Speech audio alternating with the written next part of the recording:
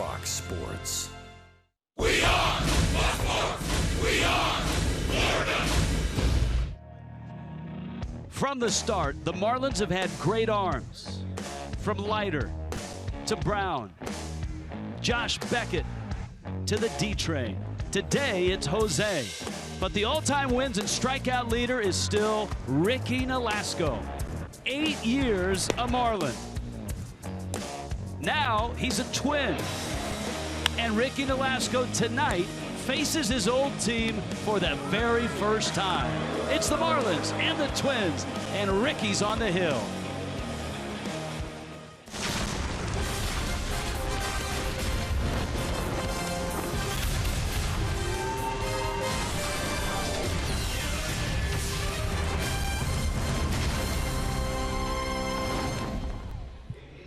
Once again, perfect weather in the Twin Cities tonight. The Marlins and the Twins. It's game 2, 3-game set. Twins a comeback extra inning win last night. Come on in Target Field, get an autograph, meet the Twins, meet Wei-Yin Chen. He pitches from, that Viking fan's waiting for the new stadium to get finished. Byron Buxton, young star. Marlins and Twins, yes. Ricky Nolasco against the Fish. Hi, everybody. Rich Waltz along with Preston Wilson. We'll get to the Ricky Nolasco stuff in a moment. But back to last night. Missed opportunity for the Marlins, one that they were kicking themselves over after the ball game. Well, there's a couple things that I looked at after that game. One was when you get a team like the Twins and you got scoring opportunities, you got to find a way to drive more runs in than the Marlins did last night. And secondly, you got to hold on to it once you get that lead, and the Marlins have not done that well this year.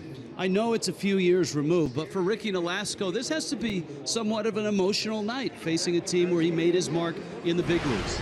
Oh, absolutely. When you come back and get an opportunity to play against a team that you spent so much of your career with, you're leading in a lot of categories and statistics for pitching. It's emotional. This was part of your family for 8 years. Ricky was a Marlin.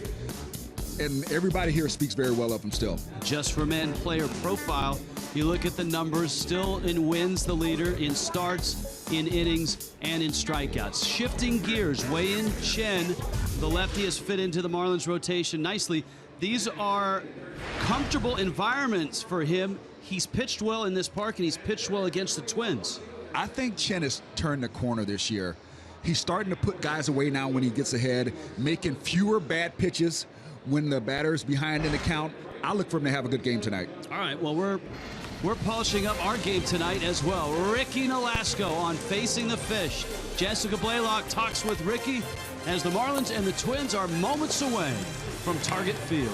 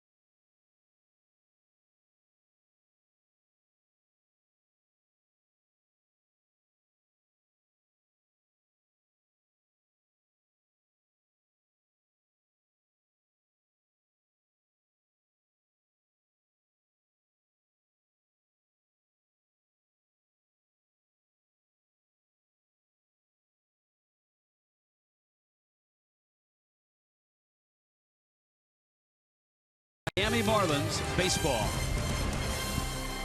Target Field, downtown Minneapolis. Welcome inside. Let's check in with Jessica Blaylock. Jess?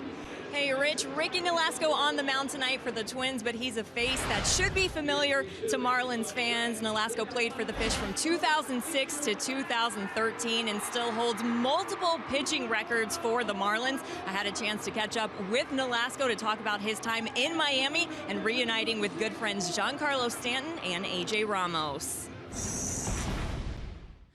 I remember a lot of good times. Obviously came up there as a rookie with a lot of very good, talented kids like myself and Hanley and Annabelle and Josh Johnson and those type of guys. And, still have a lot of good friends over there, a ton of good memories. I lived there for 8 years of my life, so it was great times. And, I'm excited to face them. We made a really good friendship there. And we have traveled a lot and spent a lot of time together in the off season, things like that. It's fun. It's a special thing that we have outside the field, and finally going to get to face these guys for the first time. It's going to be pretty fun, and I just hope I come out on top because there's going to be a lot of talking, after that. So. Yeah, I was going to say, how do you approach Giancarlo Stanton, especially knowing you got to try and strike out a guy that you're so close to? It'll take over once the competitiveness gets out there. And, obviously we're friends, but when you're out there on the field, it's time to turn it on. So, and I'm sure he's going to be the same way, and we'll joke about it after, see what happens. So I'm excited. Nolasco also talked about some of his accomplishments as a Marlins. He said his 16 strikeout performance against the Braves still ranks as one of the top moments of his career. So it's Ricky Nolasco on the mound for the Twins. Wei-Yin Shin will get the start for the Marlins. He has been great on the road. Marlins still looking for their first win in this series.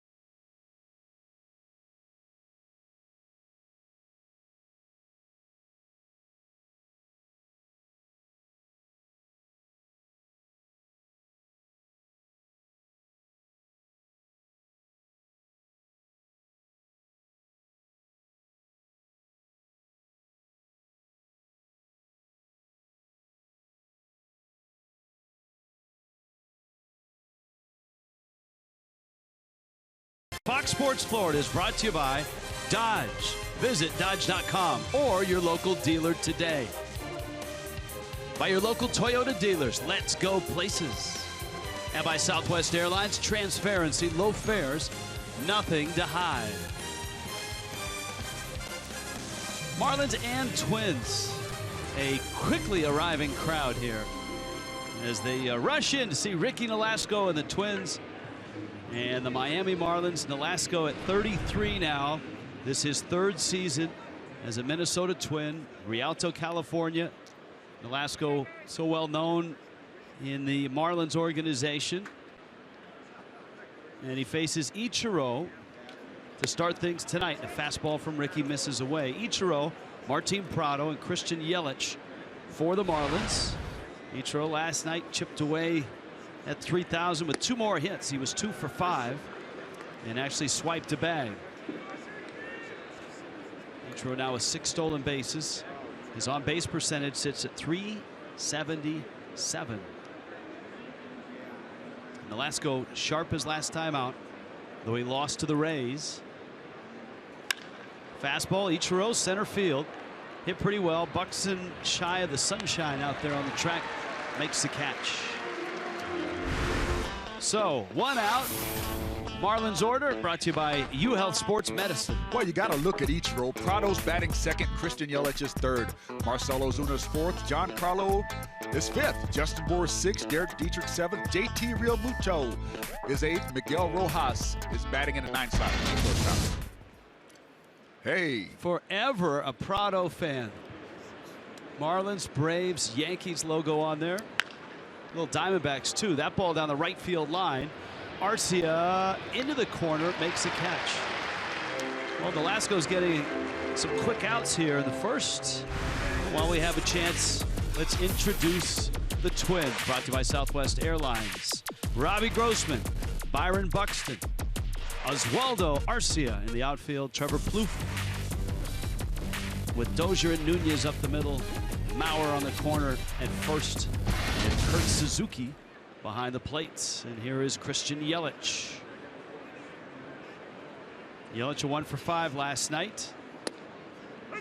And Nolasco catches the corner. Veteran umpire Jerry Lane calling balls and strikes with Scott Berry at first, Gabe Morales at second, and Trip Gibson out at third base.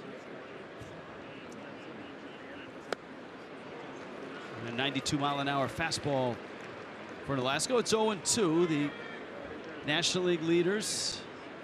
Christian Yelich at 324. Daniel Murphy still up there at 379. Yelich right behind Ryan Braun. There's that calling card, that good sharp breaking ball. Nolasco, as they say, could always spin it with the best. Yeah, he knows it's a weapon. That's his put away pitch. That's his go-to pitch.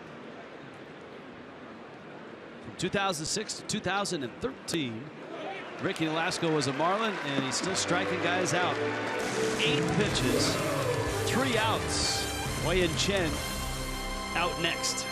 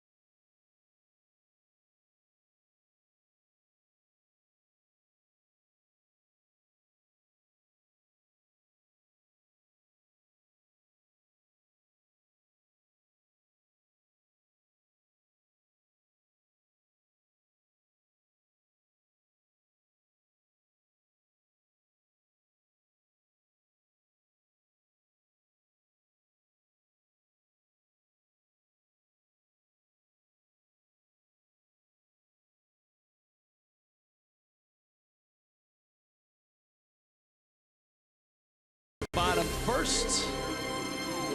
Wei-Yin Chen will face this lineup, the Twins. Well, brought to you by UHealth Sports Medicine. Eduardo Nunez with 2 homers last night is batting in the leadoff spot. Robbie Grossman, who also added a homer, is batting second. Joe Mauer's third. Trevor Plouffe is fourth. Brian Dozier with the game-winning walk-off is batting fifth. Young Hill Park is sixth. Osvaldo Arcia is seventh. Kurt Suzuki is eighth. Byron Buxton is batting ninth. And Wei-Yin Chen back at Target Field. You see the career numbers at the bottom there. And that's over 4 starts against the Twins overall in 6 starts, 3-1, and his ERA is still under 3. So he gets Eduardo Nunez, Robbie Grossman, Joe Mauer to start things in the bottom of the first. And that trio caused issues for the Fish last night, especially this guy. Eduardo Nunez is having very quietly an all-star type season. And I don't know that anybody around baseball has talked about this guy, and they really should. Nunez right now 4th in the American League in batting average. It's a high fly ball down the right field line. Stant was in right center. This could be a long run, and it's just foul. This is his night last night against Adam Conlon. Well, that first one was not cheap. That ball went in the upper deck and left, and then he takes this one to straightaway center. Marcell Ozuna can't quite get it. Big 2-homer night for Eduardo Nunez. Who is Eduardo Nunez, you ask? Well, there he is among the batting leaders. This 28-year-old out of the Dominican was a Yankee for parts of 4 seasons. Last year played in just 72 games and played all over the place. Had just 4 homers last year, and of course with 2 last night. Now he's got 9 already this year. Chen with a breaking ball for a strike, and it counts 2 balls, 2 strikes. As we said, the Twins have 2 guys at the top of their lineup, and Nunez and Grossman, who are getting a chance and making the most of it. Slow tapper. Prado has to hurry. Gloves it, fires it, and gets him on a bang play at first. Let's check in on Miami defensively. Brought to you by Southwest Airlines. Ichiro's DHing tonight, so Yelich, Ozuna, and Stanton in the outfield. Prado and Bohr on the corners. Miguel Rojas gets another start at short. Derek Dietrich at second. And JT Realmuto is behind the plates. Well, here's the other guy making the most out of an opportunity, and that's Robbie Grossman, switch hitter. Grossman last night was 2 for 4 with a double and a homer. And look at his season numbers. His on-base percentage at .464. He swings and misses. It's a ball and a strike. Paul Molitor and the Twins, as Molitor told us yesterday, have invented ways to lose games so far this year. He said, we've lost games in every way you could imagine, and some you could never imagine. And trying to keep an upbeat attitude. And this was after last year, Molitor leading the Twins what many felt was a season coming out of the woods. They won 83 games last year after losing 92 games in 2014. Yeah, I mean, I guess there's a couple ways you can look at it. You can look at it as this team is, took a step back, or you can look at it as last year they may have just overperformed. They may have outplayed their skill level last year, because it's practically the same team.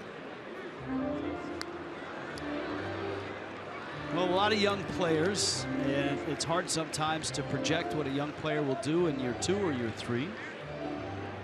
I think year 2 is the hardest one because your awareness has to be high. A lot of guys have success when they first come in the league because the league doesn't know them.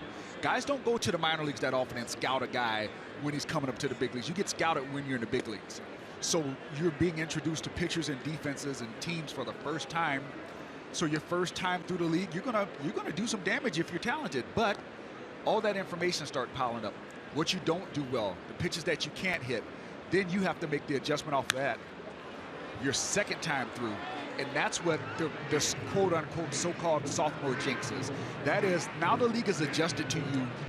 Do you have the aptitude or awareness to adjust to how they've adjusted? Well, you saw that shot of Miguel Sano, the Twins would like to have him, but he's on the DL right now. Grossman to center. That's well hit. And Ozuna runs it down on the track. Ball jumped around here pretty well yesterday. The Twins, of course, took advantage of that, bopping 4 home runs. The Marlins did not homer yesterday and have hit just 4 homers in their last 11 ball games. So something to keep an eye on, because these parks, the Minnesota and to a greater extent Arizona, these 2 parks that start the road trip, are terrific hitting environments. And when it warms up, and it's getting warmer here, the ball will fly, and fly pretty well. Well, lately it's pretty much seemed like if you keep Ozuna in the ballpark, you're going to keep most of the Marlins lineup in the ballpark. Joe Mauer. Mauer drives it left center field. Yelich racing back, looking up, and it's gone. As if on cue, Joe Mauer goes opposite field. It's his 7th of the season, and Minnesota has a 1-0 lead.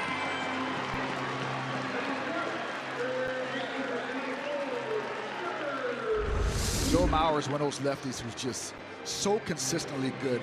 Such a quiet approach, not a whole lot of wasted motion. Body doesn't fly out front, and he just lets those hands do the work. Drives that ball out of the ballpark, and it looked like a nice, easy swing. Trevor Plouffe takes a fastball away. Well, the Twins, as a ball club, have now hit 62 home runs.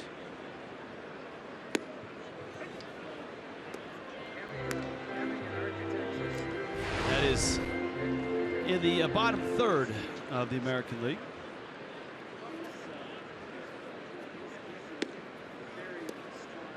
The interesting thing, though, Preston, is, and I'm sure Paul Muller, if he had his choice, he would choose 2-run homers, 3-run homers, an occasional grand slam. That's to right. And Stanton is there and makes the catch. Well, the Twins have homered.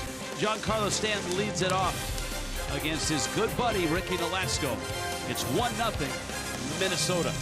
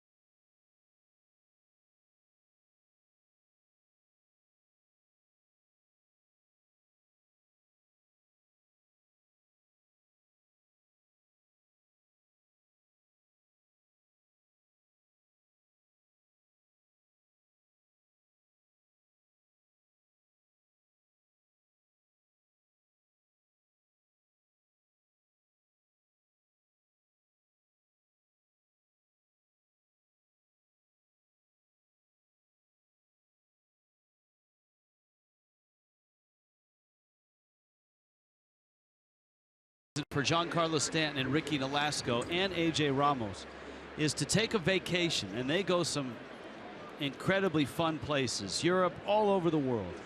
And so here they are, getting set to square off with Marcell Ozuna taking outside, and Stanton watching from the on-deck circle and seeing his buddy Ricky Nolasco for the very first time as an opponent. Ozuna fouls one off. Ozuna, Stanton, Bohr in the second. And Nolasco, through just 8 pitches in the first, struck out Christian Yelich to end the inning.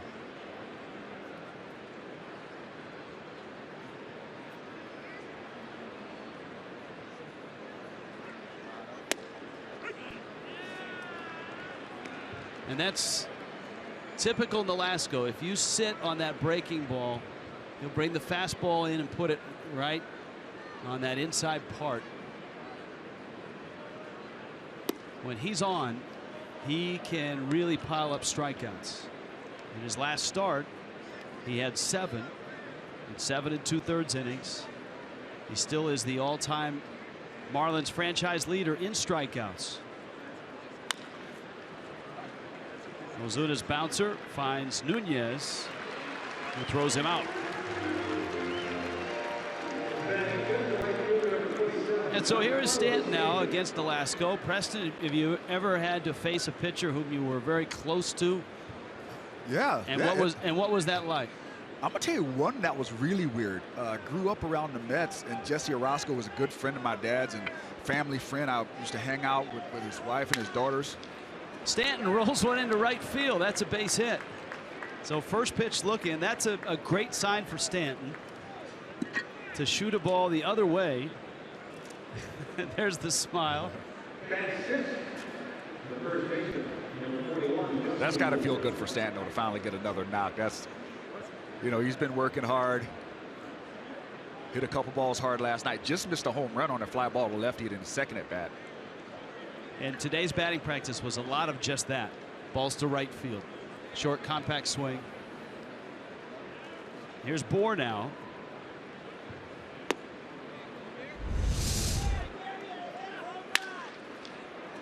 So you just got to get back to basics.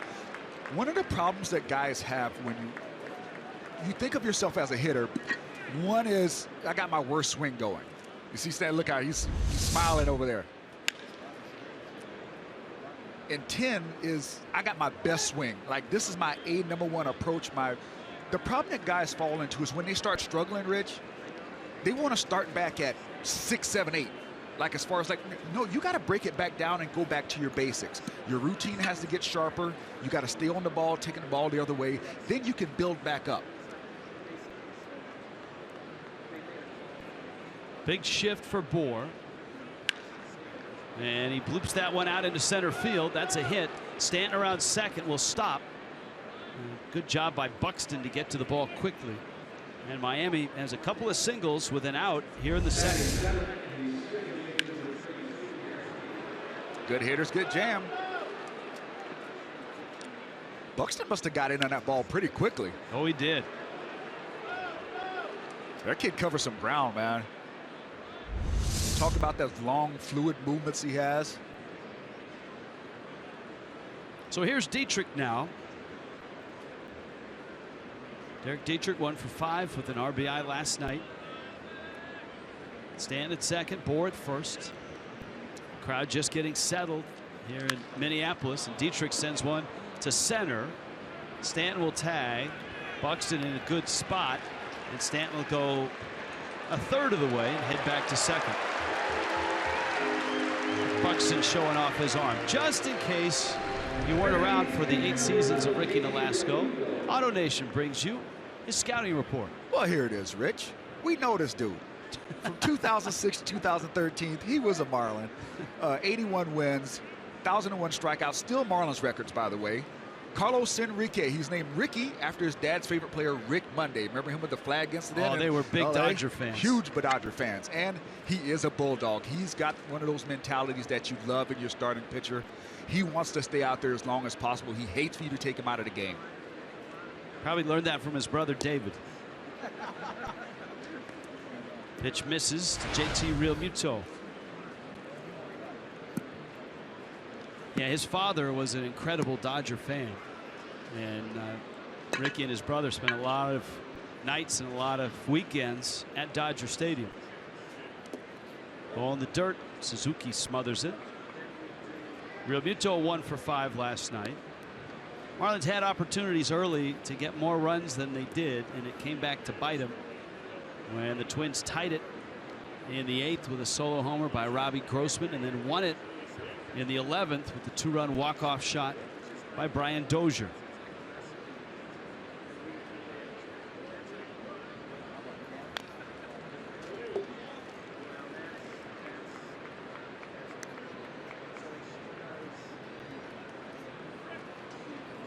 Two and one to JT Realmuto. And Velasco from the Marlins spent less than half a season with the Los Angeles Dodgers. He got to pitch for his hometown team. What a thrill that was.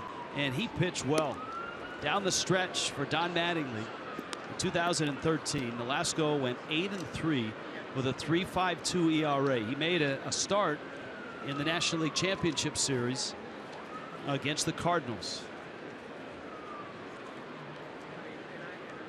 3-1 to Realmuto. Fastball, JT in the air to right. Arcia right in that sunshine. Makes the catch. Miami leads 2. Twins lead it 1-0.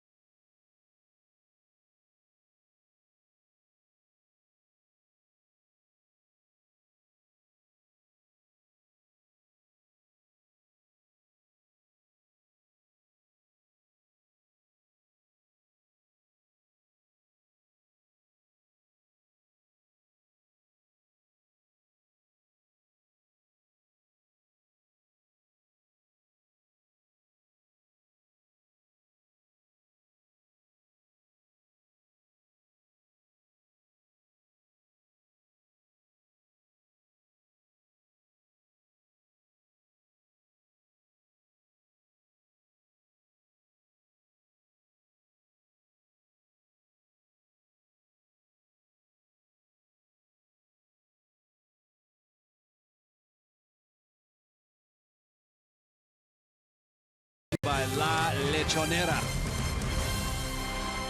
This is a very cool downtown. Of the Midwest cities, maybe outside of Chicago, this is maybe the best stop in the big leagues. Minneapolis. Wei-Yin Chen now back on the mound. Keeping the Twins in the ballpark has been an issue here. And the guy at the plate left to end the game, a 2-run shot, which is an oddity, Preston Wilson. What is it about the Twins? Our Toyota inside look at all the solo homers, and this was coming into tonight. They're now 48 of 62. Yeah, it's one of those things where they have a situation where they don't hit many home runs, and they have a lot of guys that aren't quite swinging the bats well yet. So they don't have that many guys on base. So when they do hit home runs, they end up being solo home runs. Highest percentage of solo home runs in the big leagues. Minnesota Twins. By a good margin. Now Dozier finds a hole on the left side and pulls it through there for his 3rd hit of the series.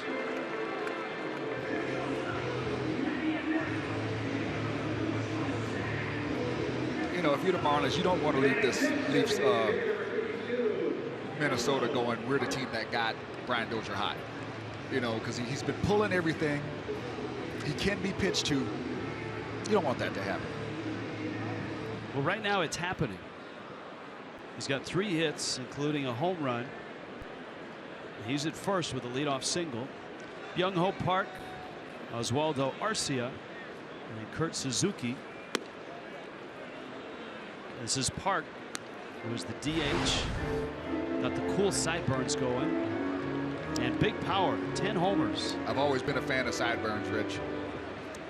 It's my 70s baby, man. That was the years of the big pork chop sideburns, and hey.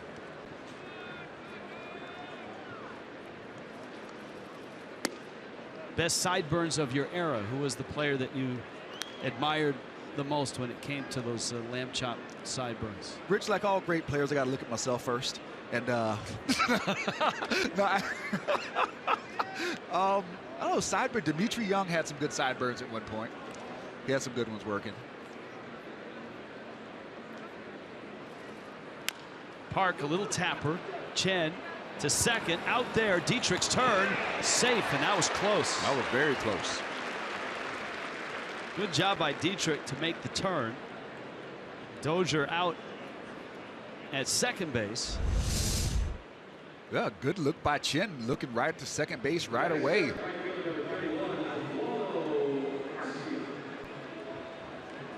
The Marlins looked at it on video and will not challenge. And he was across the bag.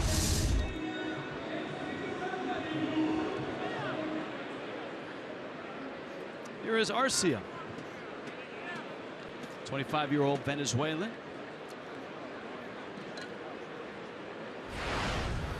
Guy who had a really nice 2014, bopping 20 homers in 103 games with the Twins. Regressed a bit last year, had some hip issues. He rips one into that right field corner. Park around second, headed for third. Stanton has it cleanly, and they'll hold Park at third base. Gene Glynn, the third base coach for the Twins, was well down the line, and had Stanton not picked it up cleanly, the Twins probably would have their second run. Just swinging early, gets a fastball down and in. Does a good job with it. Stanton does a really good job, though, getting to this ball, fielding it cleanly, and getting in a good throw to the cutoff man.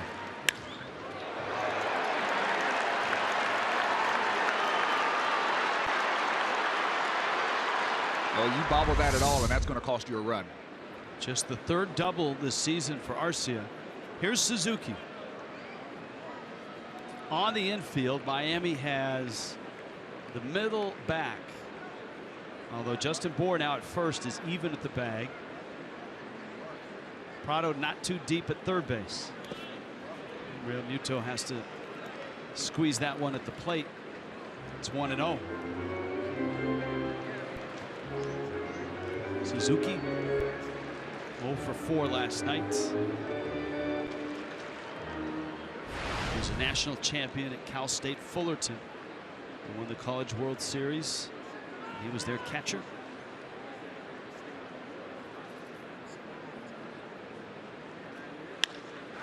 Into right, it'll score at least one.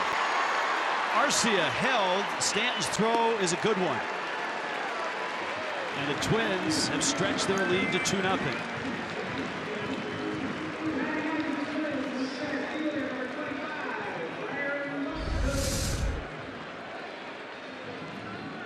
That ball's well off the plate. That's not even a good pitch to hit.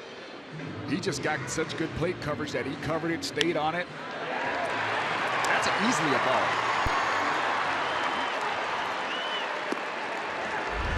Tell you what, Tom Brunansky, the Twins hitting coach, has got to be pretty happy with what he sees here these first 2 innings. First time through the order. There's a look at Brunansky. Suzuki going opposite field. Mauer homered to the opposite field. Here is Byron Buxton at the corners, still 1 out. Buxton's not an easy guy to double up.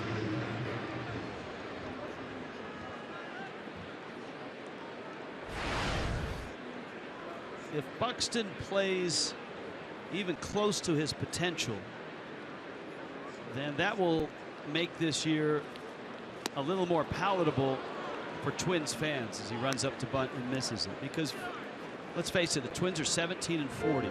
They have some young players. This is going to be all about the future and getting Buxton 400 at bats, seeing what Grossman can do, getting Sano back healthy.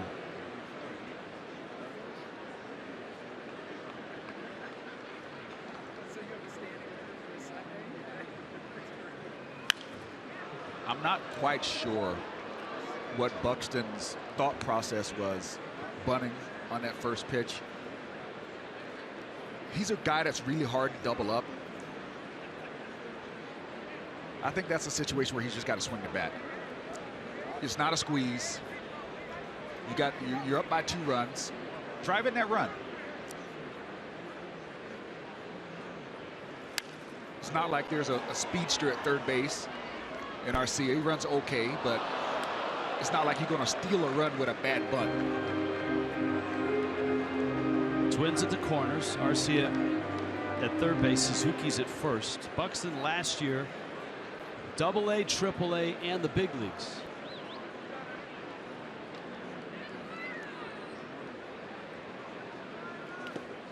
Pitch in the dirt. In all told, 118 games. He showed some power, hit 9 homers, 17 doubles, 14 triples. And that's in just 118 games. And he swiped 24 bases. When I look at this guy, he's a guy that once he's going, he can cover some ground. He eats up ground. Scouts love to compare a prospect like Buxton to somebody else in the big leagues. And the guy that a lot of scouts compared him to was Andrew McCutchen. I mean, that's some lofty territory. You talk about being a comp to Andrew McCutchen. I pumped the brakes on that one a little bit. Well, they say McCutchen-like. I don't know that anyone said he's going to be Andrew McCutchen, but the type of tools and the type of player he is remind the scouts of McCutchen, and very much like McCutchen from a small high school. McCutchen, of course, was Fort Meade, Florida. Buxton, Baxley, Georgia, population 4,500. He's got my hometown by about 3,500. That one is out. The old town of Earhart didn't challenge too many cities to fights, Rich. We tried to be diplomatic. There was not strength in numbers. No, we were good talkers, though. Hey, look at this job I got. Buxton up there, hanging in with the count 3-2. Suzuki is at first. Not sure if the Twins would gamble and send him here. Not running. And a swing and a miss, and that's why you don't gamble. Suzuki. And that's also why you don't try to bunt your first pitch with men in scoring position with less than 2 outs. Midsummer Classic coming to Miami in 2017. If you sign up to receive ticketing updates, breaking news, and all the information related to Major League Baseball's All-Star Game and All-Star Week events, you'll be in the know. Go to marlins.com/ASG. All-Star Game was here in 2014. Target Field. Chen with a breaking ball gets a strike on Eduardo Nunez. Talked a lot about this ballpark, how significant it is to this community. The Metrodome was a great home field advantage, but on a warm summer night, there's not a better place to be, except maybe on a lake here in Minnesota, than this place. Bohr down like a good goalie. Looked like Matt Murray there at first base. It's 2-0 Twins.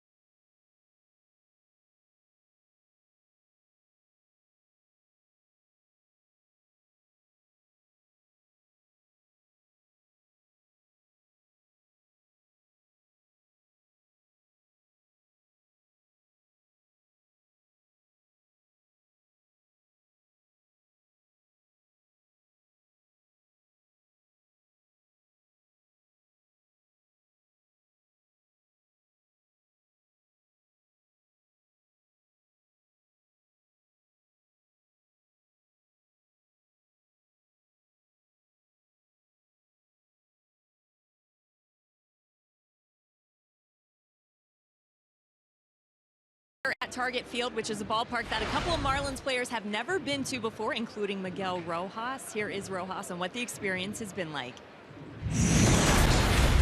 Last night for me was a huge difference because the sun went down like really late in the game. I was feeling like I was playing a day game, and I was messing around with the guys in the dugout. But it's really nice here. I really like the city.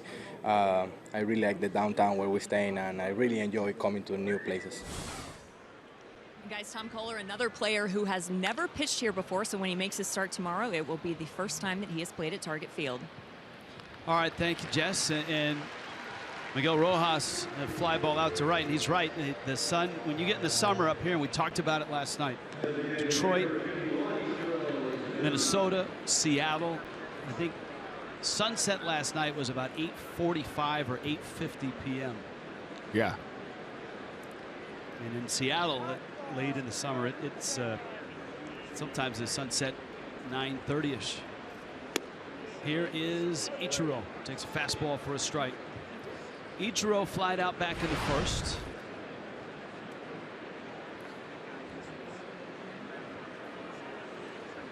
There was a really nice meeting yesterday at batting practice between Ichiro and Paul Molitor. Molitor spent 1 year as Seattle's hitting coach. And what a year that was for Ichiro. It was 2004. It was not a great year in terms of wins and losses.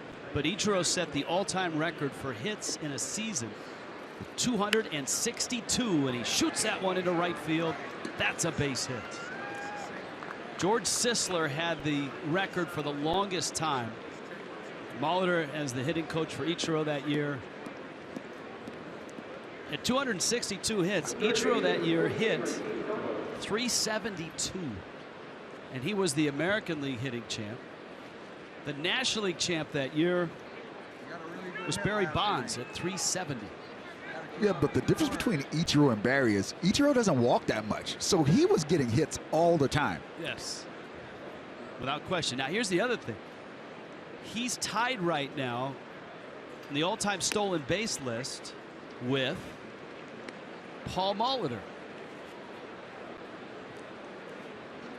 So if Ichiro swipes the bag, he passes Molitor by. Molitor and Ichiro at 504 all time. Prado up the middle, off the glove of Nunez. Into center it goes. Ichiro on his way to third. The throw not in time. Well, Bucks he can throw. He's got a really good arm. That throw looked like it was pretty accurate. Ichiro realized that he could take this when the ball was deflected off Nunez. That's the key to this play. When the ball hits the glove and now the center fielder has to alter his route, Ichiro knows from playing center field that's a hard throw to make when you got to change your momentum.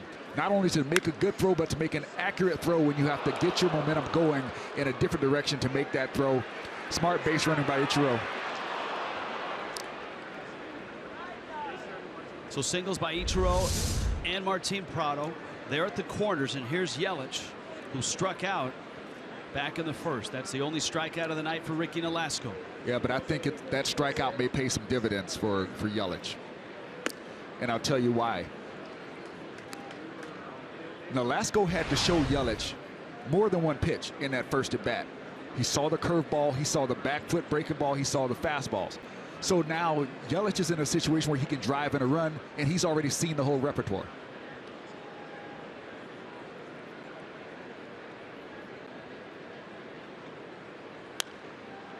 Yelich flips that one foul and out of play. That's why a lot of the really good pitchers try to not show you something they don't have to, especially at that first time through. Because I, as a hitter, I was way more comfortable after I'd seen every pitch a guy has. You see how it come out of his hands. You see what type of rotation it has. You see what type of finish the fastball has. Nolasco with that fastball, and he misses. Count is 2-1. Yelich with the outstanding numbers across the board. We showed you his batting average, 324 coming in. On base, 414. Slugging percentage, 503. I mean, he always looks comfortable to me, but now he looks like he's so relaxed right now, knowing that he's seen the breaking ball already. Because that's the one thing when you face Ricky Nolasco, till you see that breaking ball, you don't really know how tight that spin is, how much break it's got on. But Yelich has seen it already. There's the breaking ball, and that looks like two. Dozier's turn is just in time, and the Marlins promising third ends with a thud. 2-0 Twins.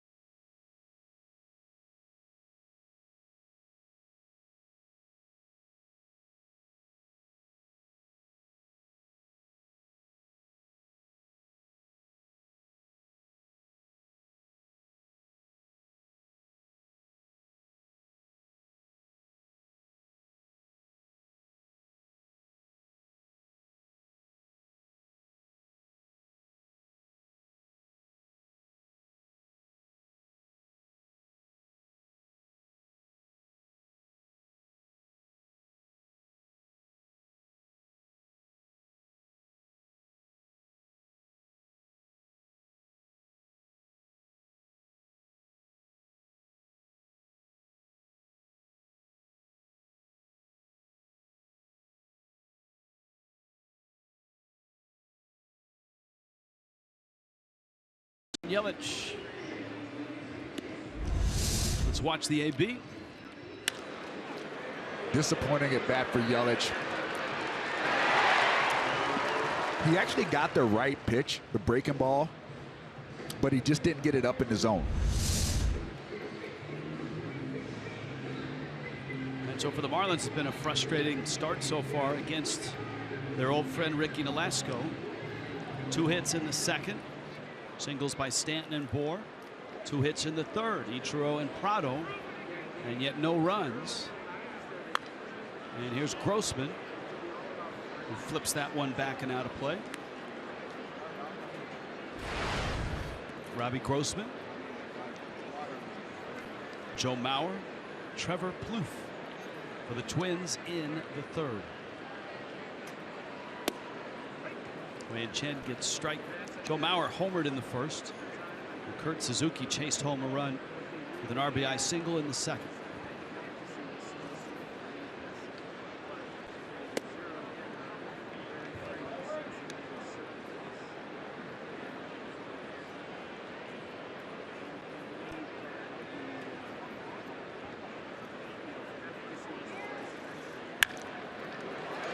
Grossman has another hit.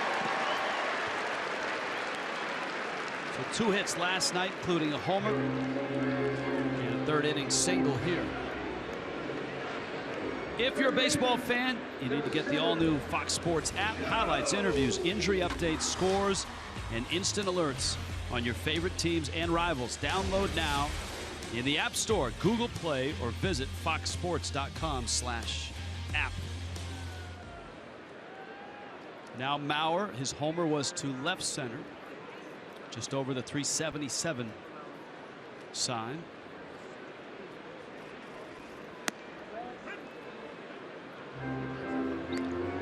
This is a very distinct ballpark. It's not one of those parks where if you look around you're not sure what city you're in. You can tell with the limestone they've got out in right field on the porch, that Minnie and Paul sign out in center field.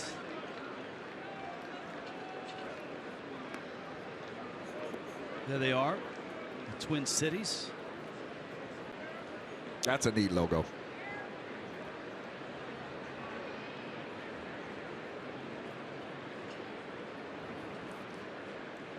I don't think either of those guys were modeled after Harmon Killebrew, but you never know. Maybe Jim Cott and Harmon Killebrew posed for that logo. I can see that. You buy that? Yeah, why not? Rich, I believe anything you tell me.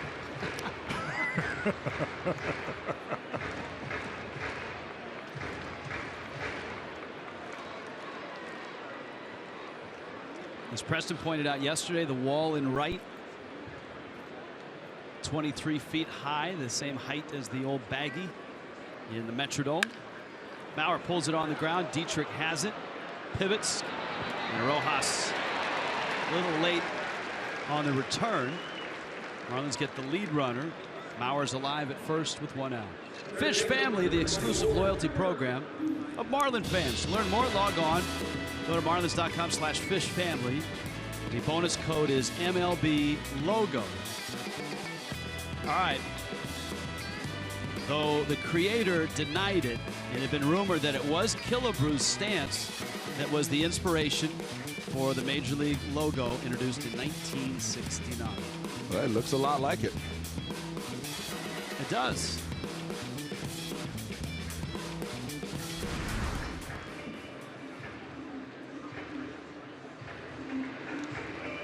The old school Twins logo on the sleeve.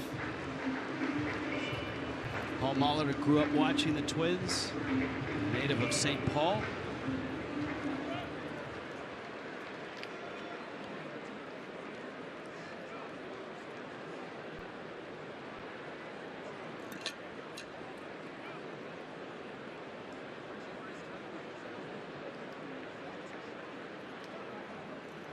Now Plouffe, and he takes up.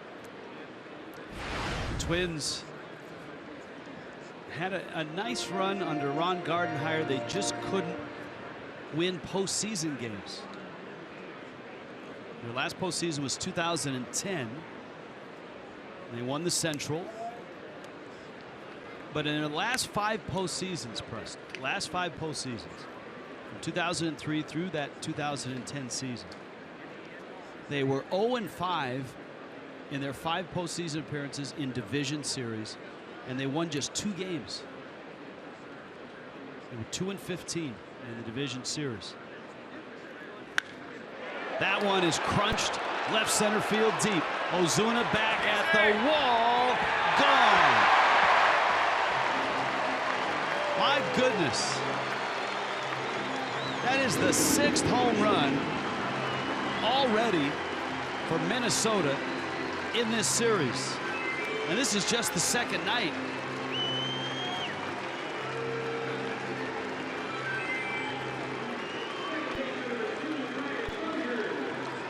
Trevor Plouffe. Well, he's got big time power, and guys that hit in the middle of the order in the big leagues, they're not going to miss that pitch too often. That's middle of the zone in height and width. And if you're not throwing 97, 98, you can't throw there.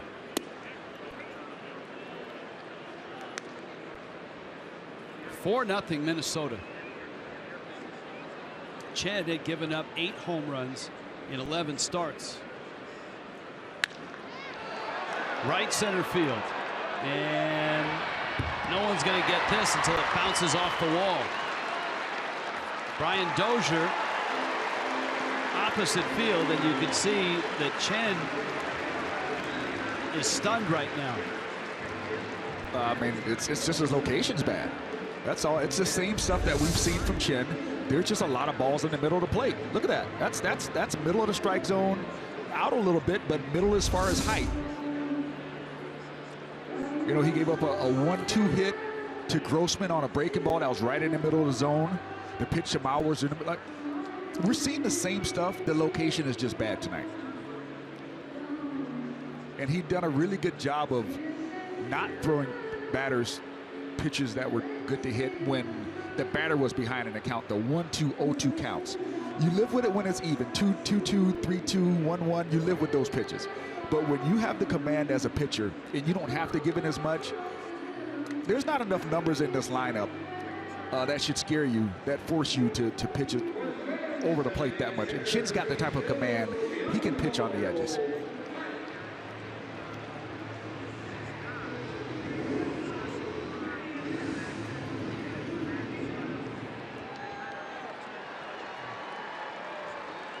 Now Park with Dozier out at second.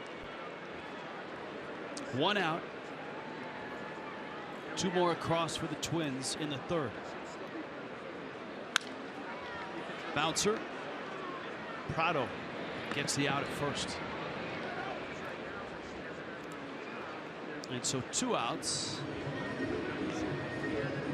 The legal portion of our telecast sounds something like this. This copyrighted telecast presented by the authority of the Marlins may not be reproduced, retransmitted in any form. Counts descriptions of the game may not be disseminated without the express written consent of the Miami Marlins. Arcia, he doubled back in the second. Minnesota has banged out 7 hits already. 4 of the 7 have been for extra bases. 2 homers, 2 doubles.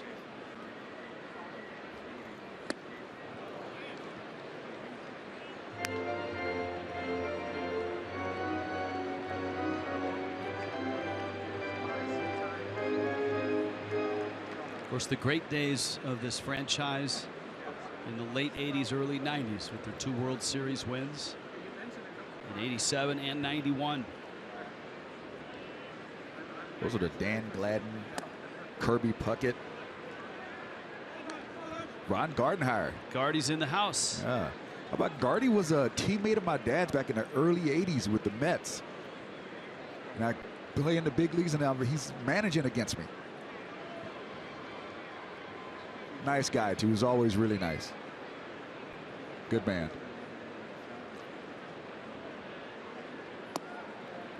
We've been told this is the first time he's been back at the ballpark since he was let go. Okay. Now, I believe he's still in the organization as a roving instructor. Well, he's a good baseball man. He knows the game. Players love playing for him. You know, sometimes I think you just run into a situation where you need a change. Unfortunately, I think that came up for him. And you talked about 2 World Series type heroes in Dan Gladden. Wasn't it Gladden that scored the only run in the Game 7, that great Jack Morris start? And talk about big game pitcher, Jack Morris. They are both in the house tonight. There's Gladden. Morris is here tonight as well as a Twins broadcaster. He is on pre and post on television. And you've got Bert Blyleven here as well.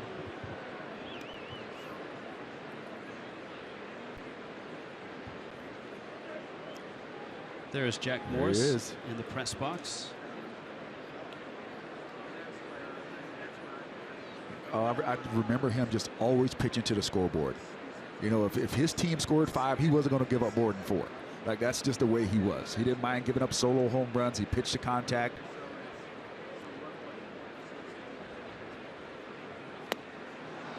Chen with a breaking ball, and that strikes out Arcia. But the Twins get 2 more. Trevor Luke, 2-run shot to left.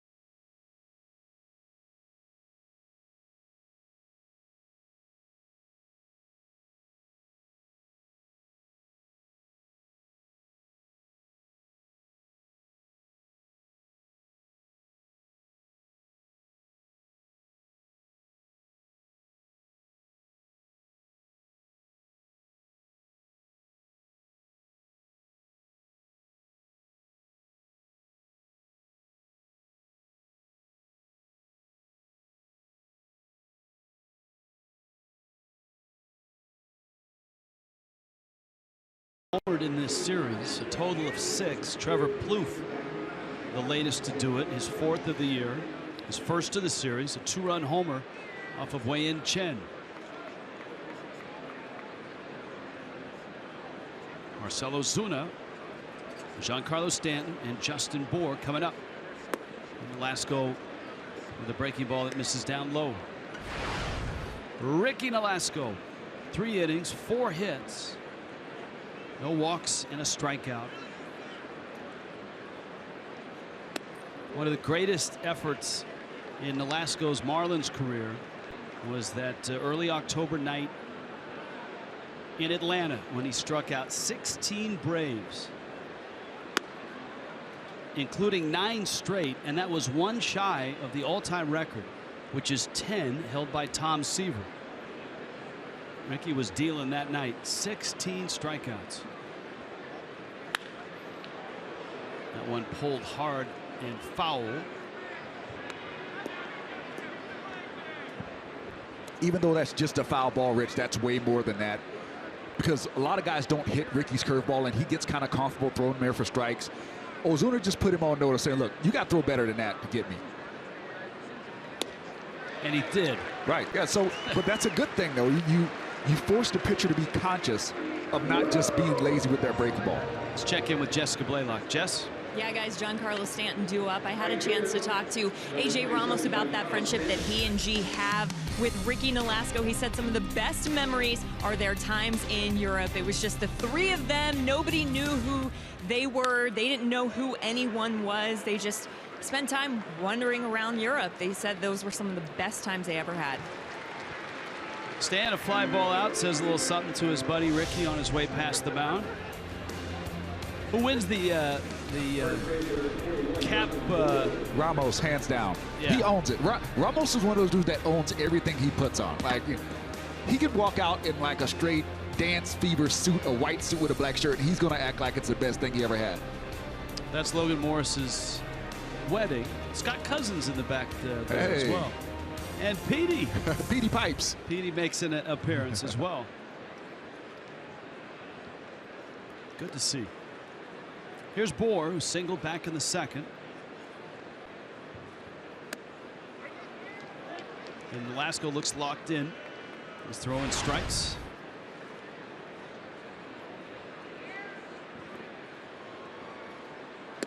Bour takes out. Injuries, elbow, ankle, shortened both his 2 seasons here in Minnesota before this one. Just 35 starts spread across the 2 years, with an ERA of over 5. His ERA as a Marlin was 4.44 in 197 starts.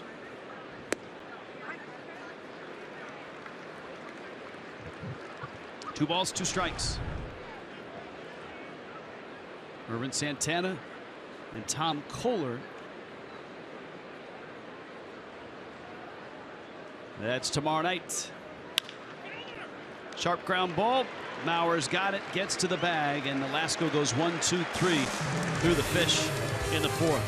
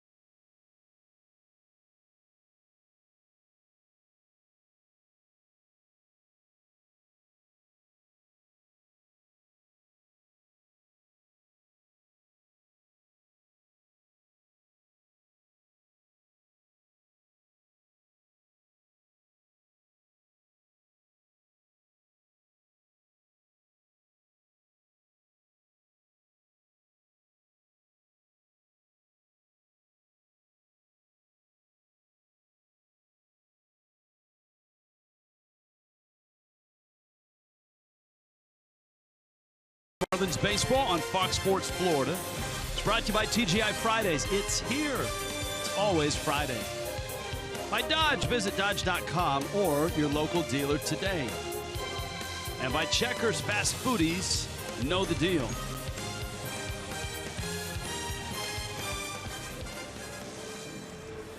Concerned look on that Marlin fan face, and right now a 4-0 Twins lead. 2 more home runs for Minnesota. Kurt Suzuki, Byron Buxton, and Eduardo Nunez to face Wei and Chen. First pitch, pop. Shallow right, Dietrich. And there's 1 out. Last night's loss for the Marlins, painful in a lot of ways. Another late lead loss. The Marlins are tied for the worst record in baseball in terms of losing a lead from the 8th inning on. They're also near the bottom in terms of run differential. The Marlins are minus 35 in run differential from the 7th inning on as well. So despite that Adam Conley start, Marlins couldn't hold on for the win. The other painful thing was the Mets were beaten twice last night. Yes. Fish had a chance to get a game and a half on the Mets. They had to settle for a half game on the Mets. And tonight the Mets and the Pirates are 3-3 in the 7th in Pittsburgh. Pittsburgh beat them twice yesterday in a doubleheader. Phillies were clobbered by the Cubs 8-1. And the Nationals are finding the South Side to their liking tonight as they lead the White Sox 6-0 in the top of the 3rd. There's your East standings. That reflects the half game the Marlins picked up last night in a losing effort. Pitches in. I wonder if the White Sox, I mean, the last time Bryce Harper was in Chicago, it was a walk fest, right? This is true. He's not walked tonight, so I don't think the White Sox are employing that strategy.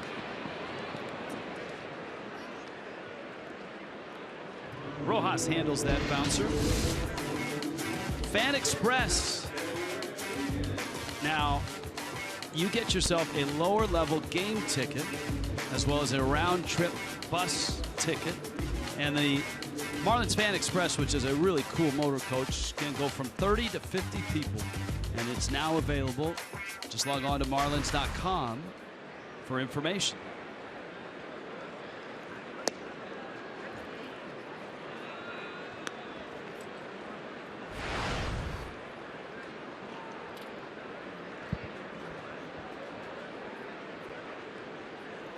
Eduardo Nunez takes a strike.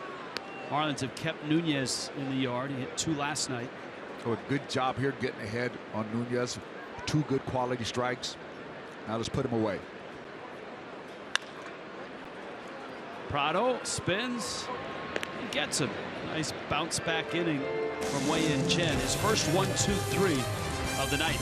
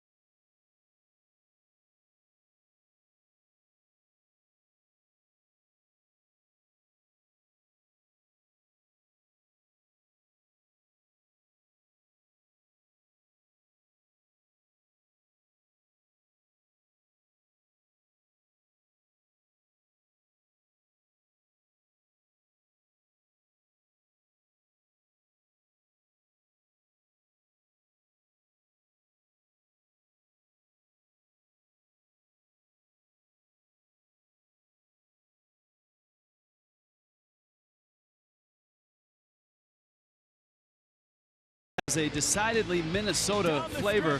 That's Babe the Blue Ox from Paul Bunyan fame. That's a loon, the target dog. Louis the Loon is the winner. There is also a mosquito and Wanda the Walleye. Dietrich rolls one out to second. Ricky Nolasco has been in control from the very start of this one. Nolasco getting his first crack at the Marlins, a team in which he made his major league debut in 2006. Won 81 games for the Fish. And here comes Real Muto.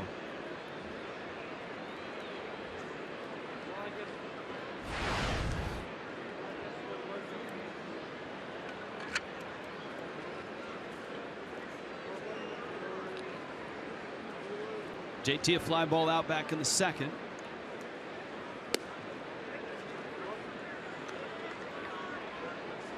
And a strike. Press, I have a tip for you. If you need anything at target, there are a few in the area. Okay. Since Good to know, Rich. We play here at Target Field. The Target Center is a block away.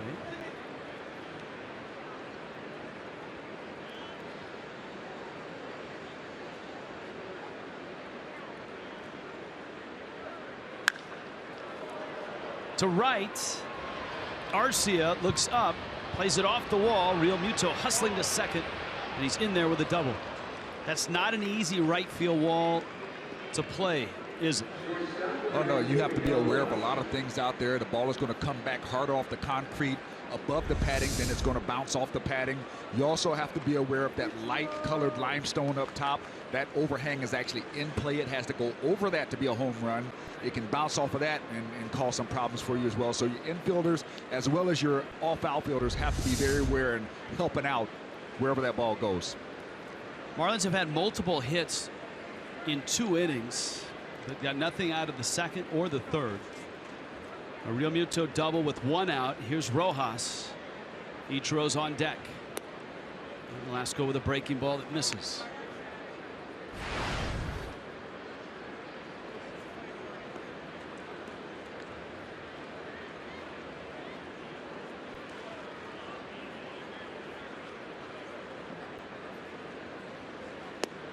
You heard Rojas talk about the sunlight and how a lot of the Marlins players were surprised and interested in the fact that sunset didn't happen until closer to 9 o'clock. It is, what, 8:21 here, and there's still plenty of daylight. In fact, we're about to get, I think, that effect, although there is some cloud cover, where the sun hits one of the big buildings in right field and shoots light into the seats.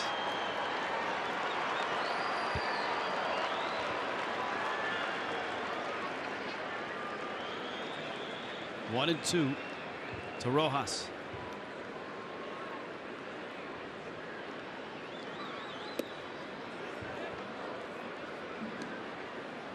Good take. Nolasco went for the put away breaking ball. Way down and outside. Rojas lays off of it. That's way put away. Yeah. It's a chase curveball. That's what it is. It's if you want to swing yourself out of the at bat, fine, but I'm not making it even close. Slow bouncer over the middle. Dozier not in time. Rojas beats it. Real Muto's at third. And another opportunity for Miami to get on the board here in the 5th. Here comes Ichiro. Really good hustle right here. Rojas is smelling that hit.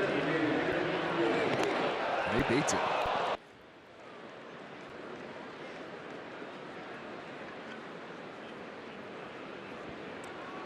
Marlins have got to get on the board here somehow.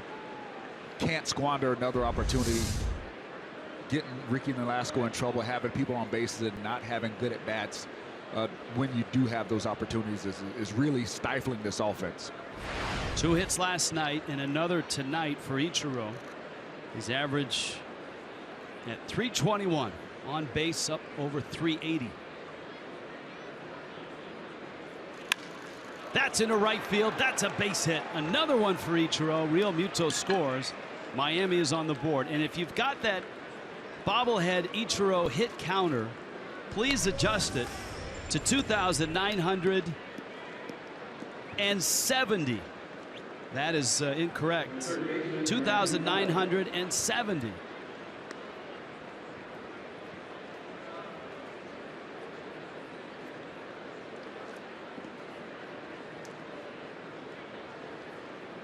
Rojas stops at second. Ichiro is 30 hits away from 3,000. Yeah. That's amazing. It's coming up in a hurry, man. It is.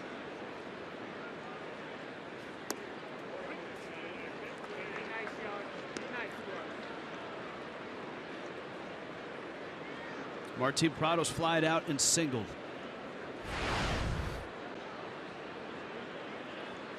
Well, if the Marlins are going to do some damage, it's going to be in this situation with men in scoring position. If there is an area where Ricky struggled this year, it's been with men in scoring position. Opponents are batting .344 against Ricky Nolasco with runners in scoring position this year. That's the highest among Twin starters who've made more than one start. With the bases empty, .229.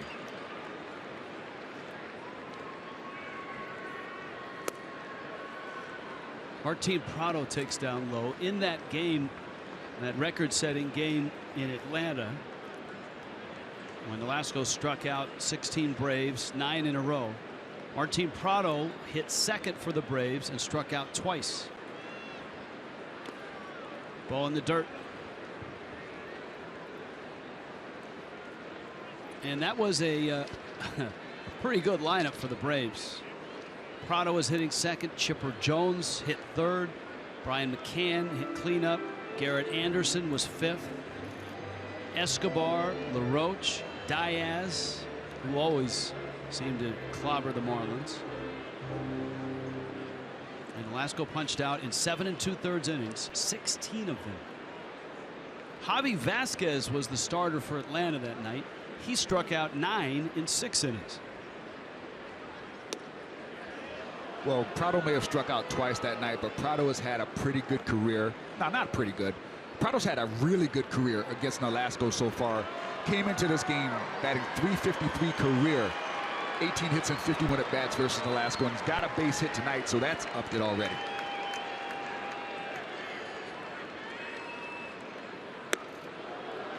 Fastball in, and Prado walks. Bags are loaded, and here's Yelich, who's had 2 frustrating at bats so far tonight. Struck out in the first and bounced into a double play to end the third. Yeah, I really thought he was going to fare better than he did that last at bat.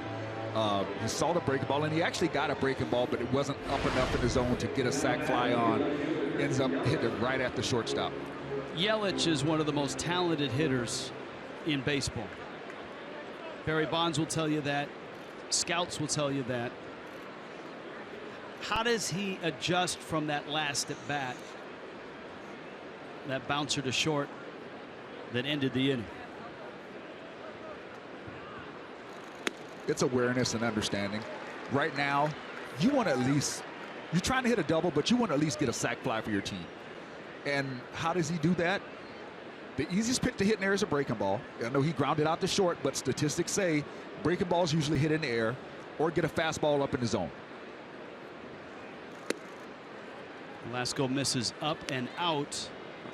So if I'm Yelich, I'm looking mid-thigh high and up in the zone. And of course, Yelich has a great eye, and a walk right here would produce a run.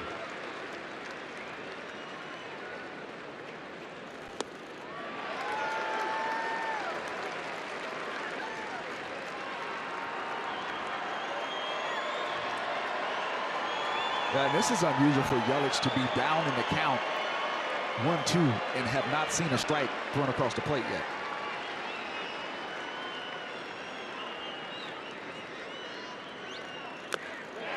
And he got him. Nolasco strikes out Yelich.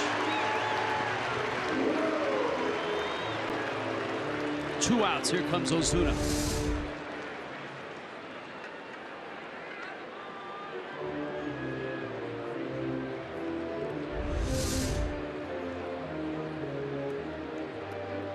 So a big strikeout for Nolasco. Ozuna, who has bounced out and struck out, and the bags are still filled with fish.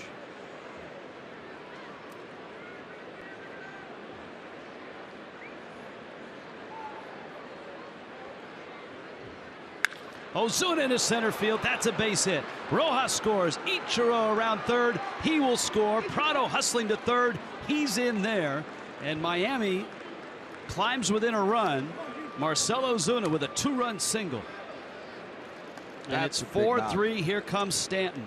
Big knock. Nolasco was a 1 out away from getting out of that inning with minimal damage. And Ozuna, keeping with that middle away approach, gets a ball outside, drives it right back up the box, drives in 2. It's a different ball game now. Now it's a 1-run ball game. One swing changes this game. You know, and we said it at the beginning of the inning. That's when Ricky's had trouble, when he's gotten men on base. Stanton takes out. Stanton singled to right back in the second, flied to center.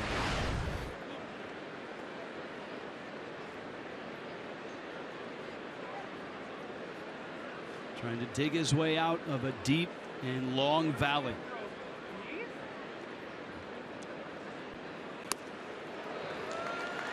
Well, the thing is he can dig his way out of it.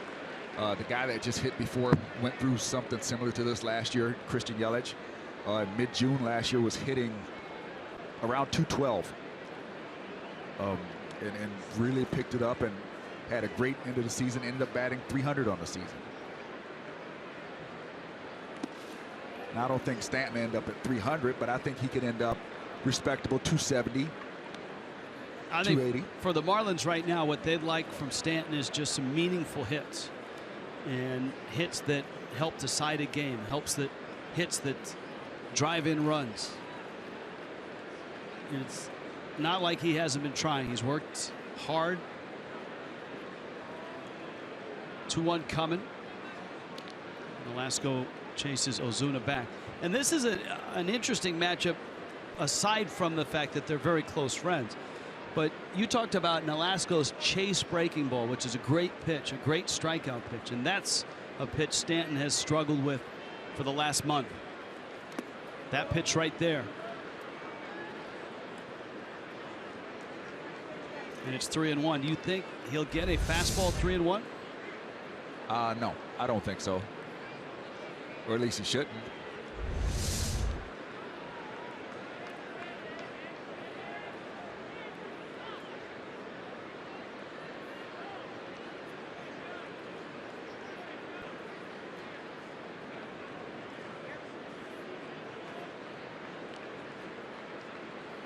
Let's see what he gets. Fastball liner into center field. That's a base hit. Game is tied. Ozuna ends up at third, and Giancarlo Stanton with his second hit of the night. A meaningful hit, a 4-4 game. I'm glad he did, but I don't know why he threw a fastball right there. I mean, worst thing that can happen is you walk Stanton. But Stanton hasn't been walking much. He's proven to swing himself out of at bats lately. But that's good for the Marlins. And that ball's up, so Stanton's strong enough to throw it over the infield. You know, sometimes as a pitcher, you just got to give in. You just got to give in. And I know Boer's a left-handed batter, but if Boer comes up with bases loaded, now there's a forced play at every base. Your infield's playing relaxed, playing back. So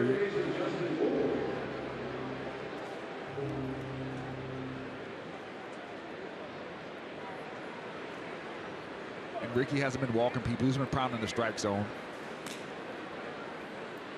But hey, fish take it. That's a tie ball game, baby. And here is Boer now at the corners. A couple of Twins up in the bullpen. And Boer hits a high, shallow fly ball to center. Buxton is in. He's there, and he makes the catch. Miami puts 4 on the board. Halfway through, it's 4-4.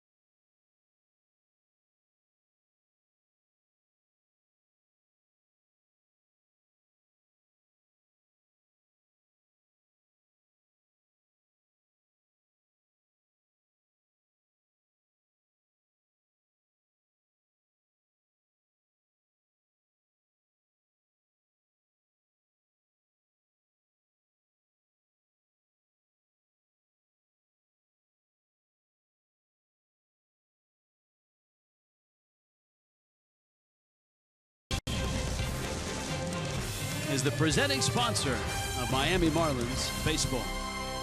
4-4 ball game, bottom 5. Here's our Geico Marlins moment. 4 pitchers, 4 quality starts, same game. How did that happen? Well, it went 20 innings. Jose and Harvey to start. Kevin Slowey and Sean Markham turned in quality starts out of the bullpen. And the Marlins won it. A 1:10 start. That was a 6.5-hour game. And the Marlins won that ball game. Hot smash. Prado crossed the diamond. And in time. Nice play by Prado. And Wei-Yin Chen has new life here. He gets Robbie Grossman out. And here comes Joe Mauer.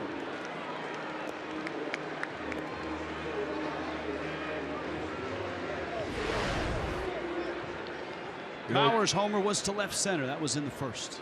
Chen has been great at times this year. Today, he left a few balls in the middle of the plate, but his offense has picked him back up. Now's the time for him to start dialing it in, making some good pitches. He's retired 6 straight now. And Mauer takes strike 1. The Marlins putting 4 up on the board, and the news out of Pittsburgh is promising. Pirates 5, Mets 3.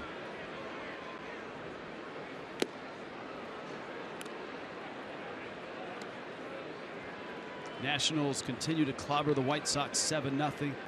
4th inning in Chicago. Phillies have lost 8-1 to the Cubs. 41-17 are the Cubs now. Bauer gets a hold of one. Ozuna in, now back, and makes the catch. And Atlanta beat San Diego by a score of 4-2. For the Braves, a day after the Twins got to that mark, 17th win for Atlanta. They're 17-42.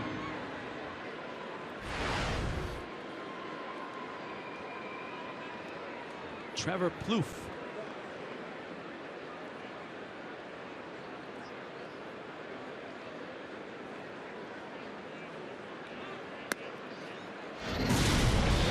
In case you missed it, this is a Trevor Plouffe home run.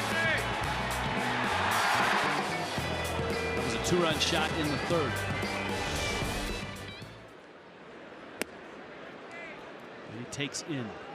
Kind of a slow news day in baseball. No real big headlines.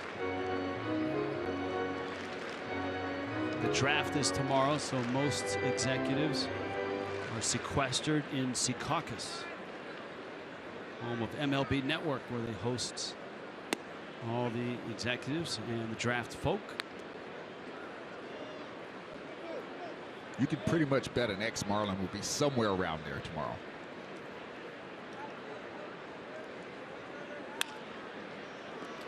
Prado, nice backhand, and Wei-Yin Chen has hit his stride. He's set down 8 straight.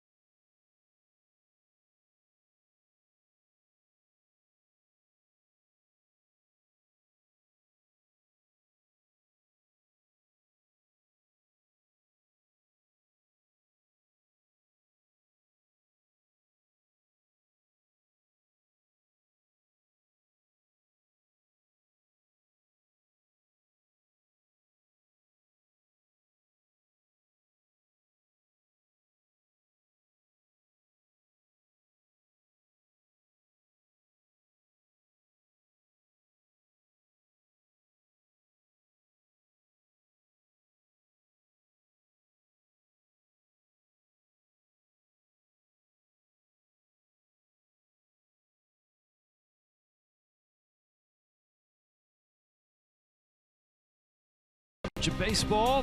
Where do we start? Diamondbacks. But last night, Zach Greinke blanked the Rays. Today, the Rays beat the Diamondbacks by a score of 6-3. Chris Carter keeps popping them out. 2 homers and 5 runs driven in as the Brewers drop the Athletics. Carter against his old team. And Don Mattingly smiling because the Marlins have the 7th overall selection at the Major League Baseball drafts. Here's Derek Dietrich, JT Realmuto, Miguel Rojas against Ricky Nolasco. And a breaking ball from Ricky is a strike.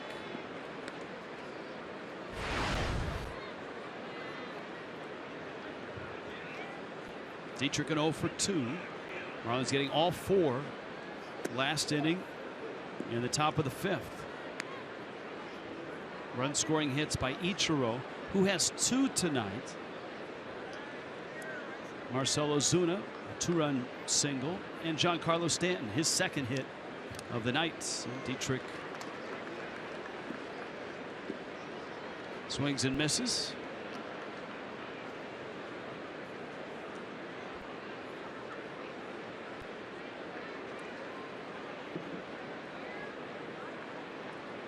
Arizona and Tampa Bay finishing off their series today. That one pulled foul. The Marlins are following the Rays into Arizona, and the Rays were here to face the Twins. That was that Homer Fest series in which Evan Longoria and Logan Morrison combined to hit 9 home runs in a 4-gamer. That's looking like a Homer Fest here. Yes. So far, the Marlins I think they might have forgot the RSVP. Well, it's a good point and a fair point because the Marlins have hit just 4 homers their last 11 ball games, and add 5 innings here. Dietrich into center. Byron Buxton. Press, I know when you got back to the hotel last night, you turned on the TV to see the highlights, and you saw all these walk-offs. Joey Votto at 10:05. We weren't back at that point because Ian Kinsler. Then 10 minutes later, this was the walk-off here. Ryan Dozier homering to left. And we're keeping East Coast time there. So it was late night with the Padres as they walked off. Really late. Trace Thompson, Splash Brothers celebrating.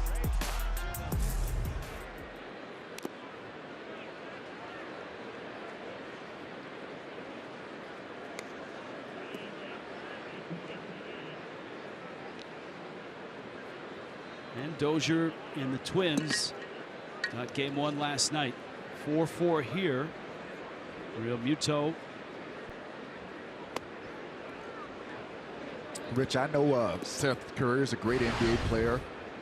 Steph Curry is a great NBA player. But Tristan is one of those best basketball families. He's got to be the best athlete out of all those guys that from the families of baseball, basketball that I've seen lately that have that bloodline. I think Tristan Thompson is definitely the best athlete. Trey Thompson. Breaking ball misses outside. Well, he had 2 older brothers that have played in the NBA. His oldest brother, Michael, son of Michael. His father, of course, was a Laker for a long time. And then Clay. Obviously, Clay is one of the Splash Brothers. And Trace Thompson, the guy that chose baseball, is a terrific athlete. And we saw him and were impressed by him when the Marlins were in Los Angeles. He just looks like just a great athlete. But he's a good baseball player. He's not just an athlete playing baseball. He's a baseball player. High pop. Plouffe comes charging in. And it's on top of the dugout.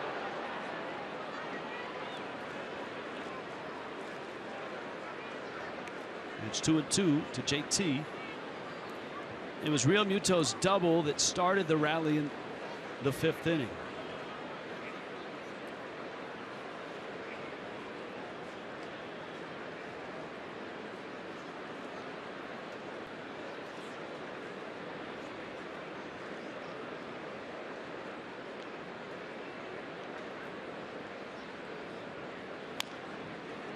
And Real Muto still in there at 2-2. The Yankees have a 10-5 lead over the Angels tonight. That's one of the big scoring games.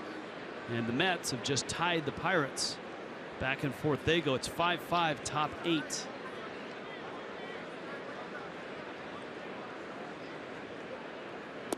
Velasco misses away. If you're just happening by and you see that familiar 47 and you see that familiar beard, yes, that's Ricky Nolasco, the former Marlin. Parts of 8 seasons a Marlin. A Dodger briefly and pitched well in 13 down the stretch. This is third year of a 4-year contract with the Twins. Banged up in both 14 and 15. Healthy this year.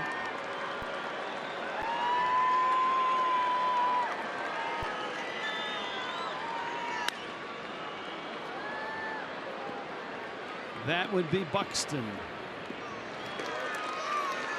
And that's the second out here in the 6th.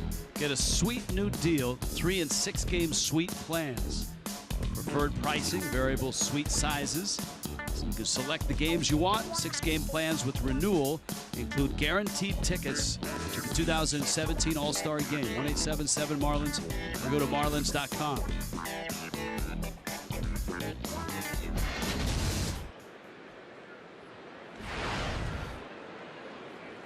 Now Rojas, who was singled and flied out.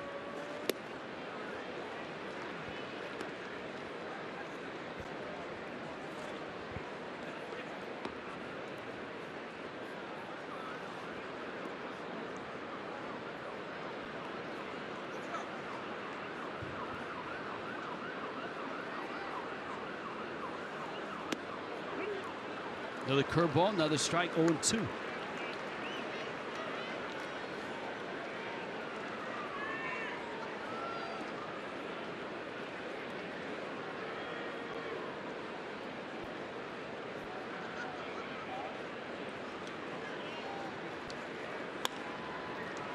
Little flip left center, and Buxton can't get it. It falls for a hit. Rojas is 2 for 3. And that gives Ichiro another at bat here in the 6th inning.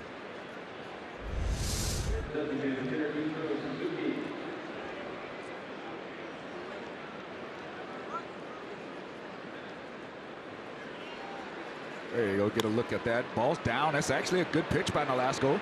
Rojas just goes down and does a better job at hitting it.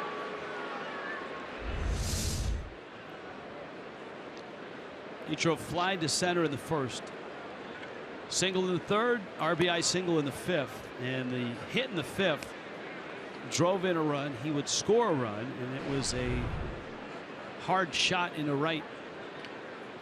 So he's faced Nolasco before.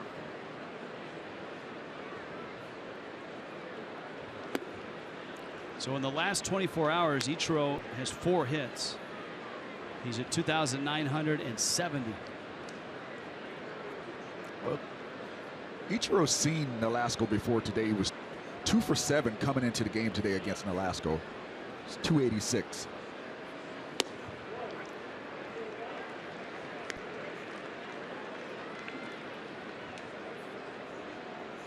So now he's 4 for 10 right now at a 400 clip.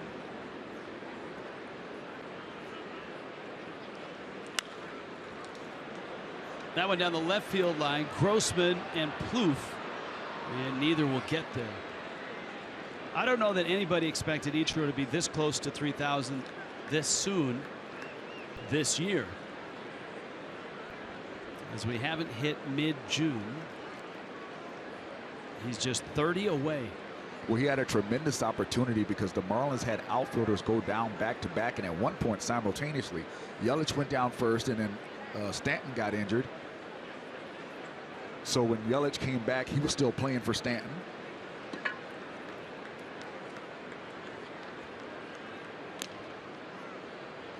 You would expect Ichiro in there tomorrow night as well. Another American League game, so a chance to either DH or have one of the 3 outfielders DH. Ichiro, a liner into right. That's a base hit. Rojas on his way to third. Ichiro's got 3 hits tonight. How about this? Wow, he just keeps going. And not a cheap one, a sharp line drive. Oh, now he's 5 for 11 off an Nolasco lifetime. He does such a good job keeping his hands back. People focus so much on all the movement that you have with Ichiro, the diving with the body, the feet moving, but his hands stay back so long. He's so good at it. 29 away. That's 29 amazing. away. So 3 hits for Ichiro tonight. And Paul Mahler wants the baseball. Ricky Nolasco is done here in the 6th. At the corners with 2 outs, a West Kendall Toyota called to the bullpen.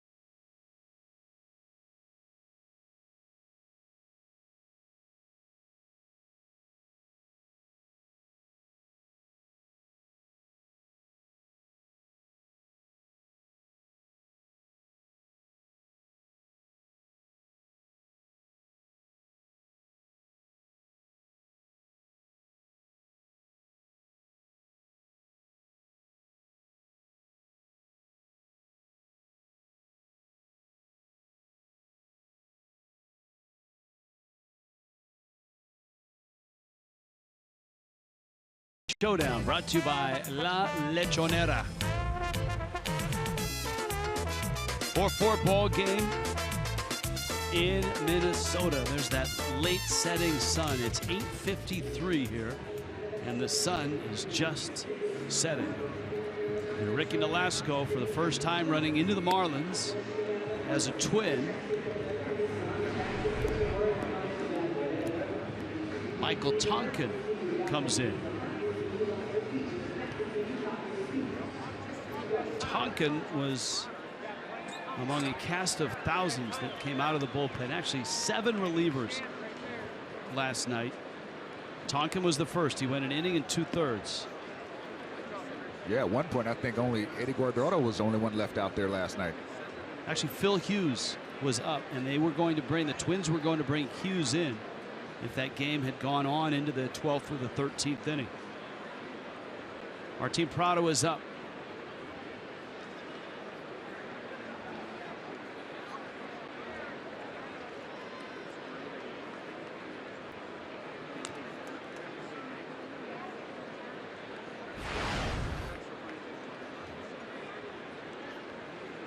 Couple of 2-out hits, Miguel Rojas and Ichiro.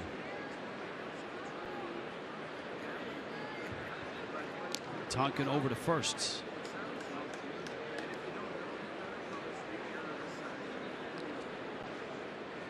A 96 pitch effort from Ricky Nolasco.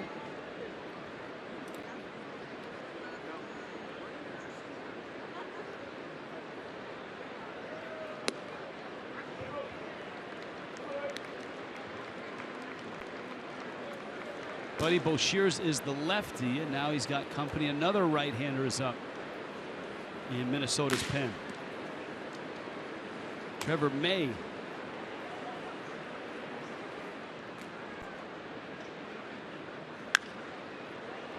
Prado into the corner, and that's going to sneak out of play.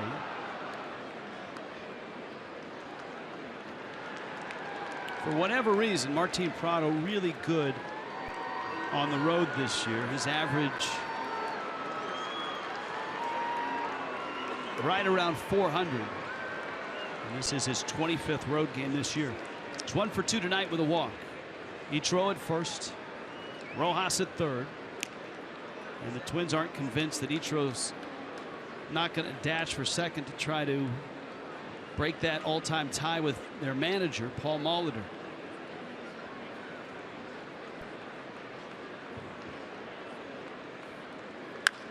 Into right, that's a hit. Prado goes the other way, and Miami has come all the way back to take the lead.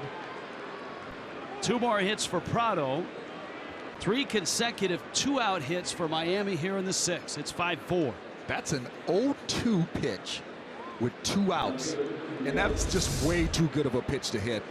I mean, that's a comfortable swing for Martin Prado for it to be an 0-2 count.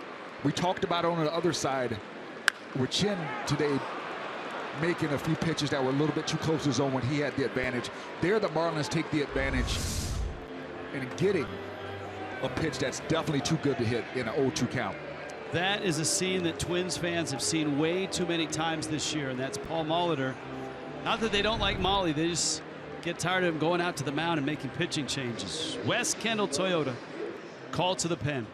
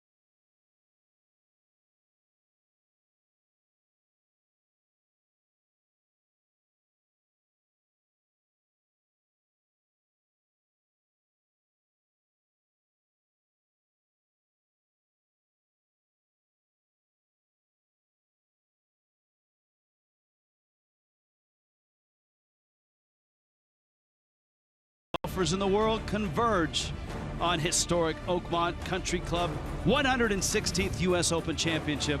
Live coverage begins Thursday, June 16th on FS1 and continues through Sunday, June 19th on Fox. And you can watch the entire tournament live on Fox Sports Go. And Preston, look at that shot. One word, drones. Yes.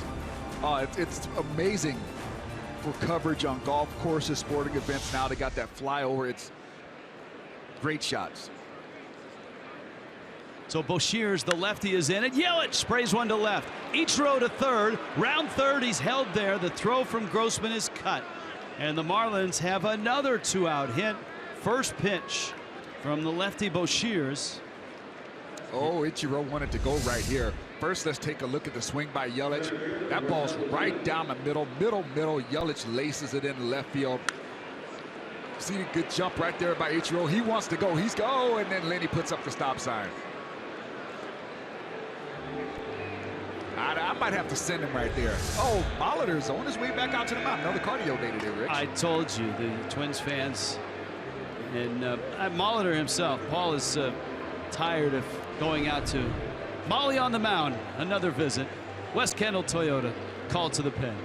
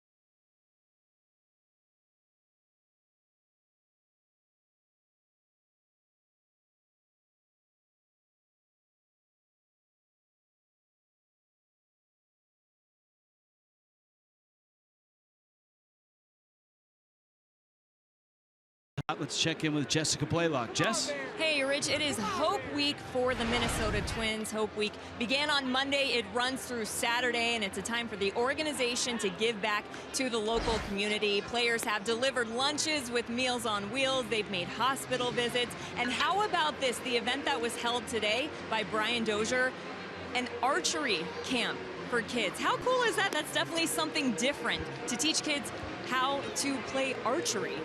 Do you play archery, guys, actually? No. No, that can't be right. No, you just teach them archery. Yeah, you can just teach them. You don't want to play with that stuff. That's definitely not. You want to be careful. No, very unique way of fundraising, for sure. Trevor May. May is the 4th different pitcher to work this inning. Yes. Ricky Nolasco faced 4 hitters, 1 for Michael Tonkin, 1 for Buddy Boshears, and now 1 for May, and it's Ozuna who takes in. The Marlins really could do themselves a big favor with another couple hits here. They have 4 consecutive 2-out hits. Rojas, Ichiro, Prado, and Yelich. And Ozuna off the end of the bat, slowly hit. Nunez gathers and gets him at first. And so the Marlins get a run, take the lead. It's 5-4.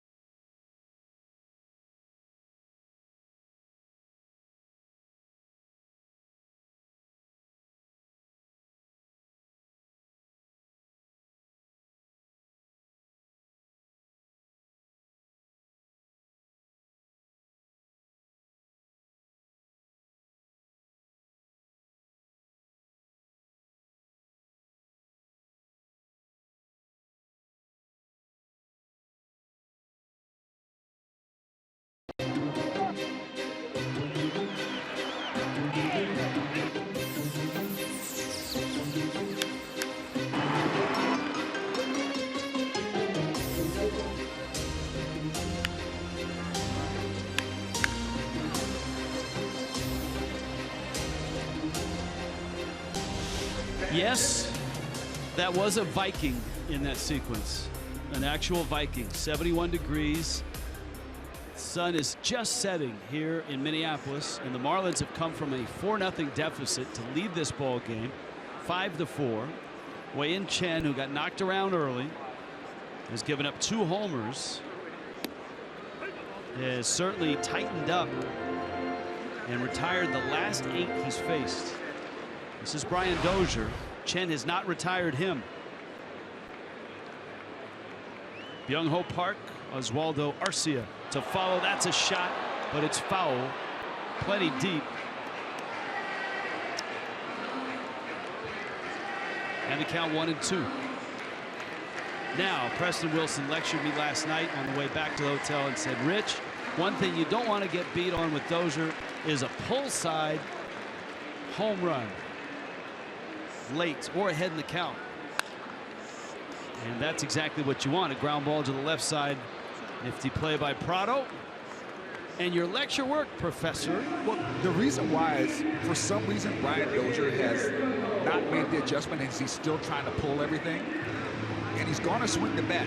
I mean, you don't hit 200 by taking a lot of pitches. I know that sounds weird, but he's swinging. So if you're going to throw him fastballs, just throw him middle way. Throw him outside. He's going to try to pull it, and he's going to beat it in the ground just like that pitch. That ball's on the outside corner. He's still trying to pull it. It's a ground ball out all day.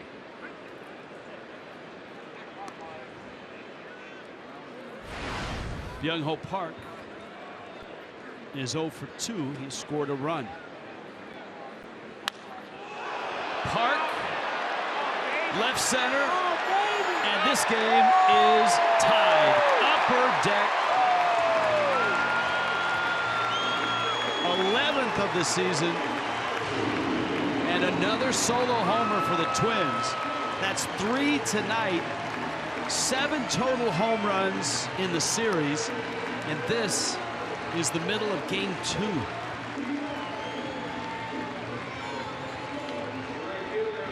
And now the rookie leader in the American League. See, that ball is supposed to be outside. That ball ends up middle. And Young Hope Park is one of the best low ball hitters in the game as far as power hitters go. He likes the ball down in the zone. Doesn't hit it up well, but when you get it down, he's got tremendous power.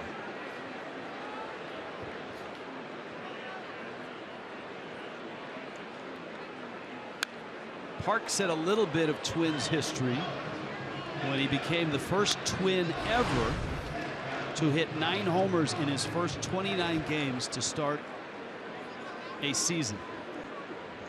The old record was Marty Cordova, who had 8 one year back in, I believe that was the mid-90s. Yes, 95, Marty Cordova. Strong man. There he was.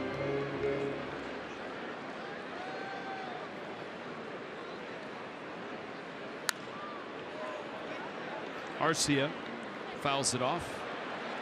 Nick Whitgren in Miami's bullpen. Wei Chen trying to get through the 6th here.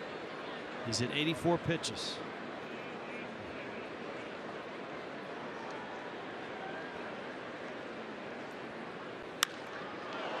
Arcia, high fly ball, and Twilight, that's tough to see. Stanton lost it, and it falls in front of Ozuna. We talked about that this time of night, last night. You can't take your eye off the ball right now because the sky isn't dark yet, so you lose it between the brightness of the stadium and the sky above you. And you know it's bad because both outfielders lost. Yes.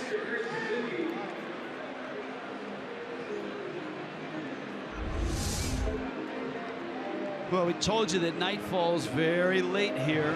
The sun set just about 12-15 minutes ago. Ozuna and Stanton both lost it completely. And that's going to go, I would expect, as a double.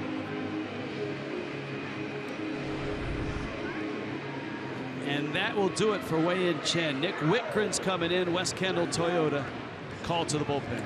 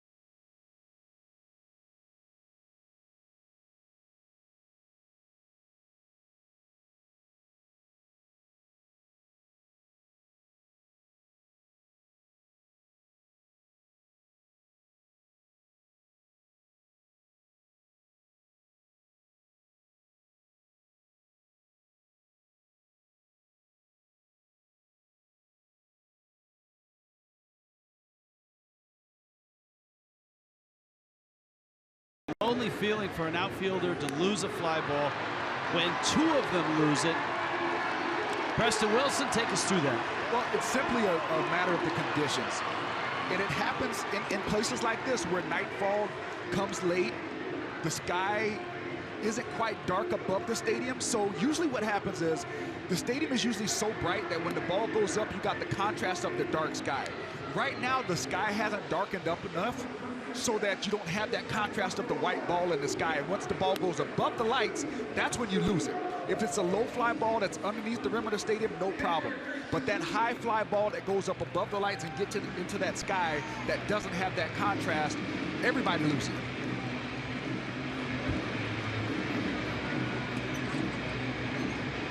Well, the end for Wei and Chen was the home run by Park. And then Arcia's double.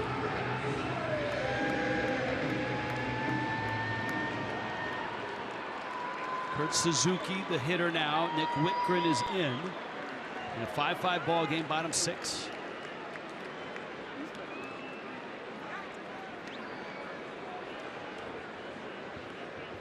Arcia nearly fell off the base. Nick Whitgren's numbers. Whitgren, of course, had that outstanding extended appearance his last time out in beating the Pirates in extra innings. 3 perfect innings. And the Marlins need him to be good here and keep the Twins right at 5.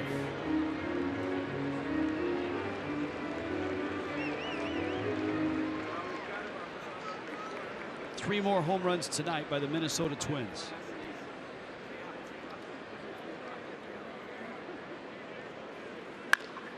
Bouncer short. Rojas on to first in time. And Whitgren gets the second out of the 6th. You have to give Paul Molitor and this Twins team a little credit, though. They know that Chen throws strikes. They know he's going to be around the plate, and they attacked early. They looked for the fastball early. They were swinging early in the count. And that's how you have to approach guys that throw a lot of strikes. Molitor, of course, a great hitter, a hitting coach as well. Now a manager.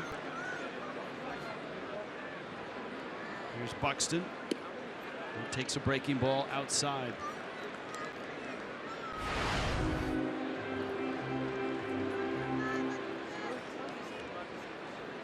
And Paul Molitor didn't just get 3,000 hits. He got 3,319 hits. So he blew right past that.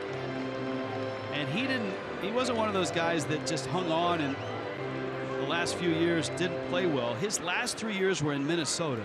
He hit 341, 305, and 281. How's that to finish a Hall of Fame career?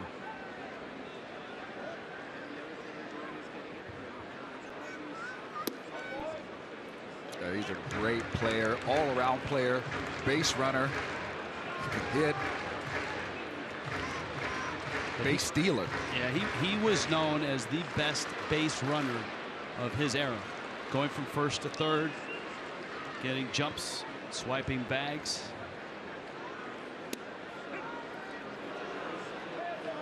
He was a good one.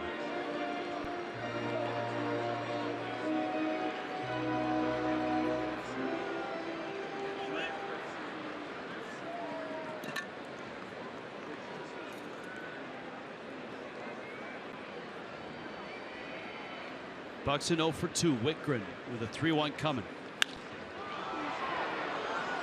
Stanton keeping close watch on this one. And he makes the catch. Byung-Ho Park goes yard. And this game is tied again 5-5.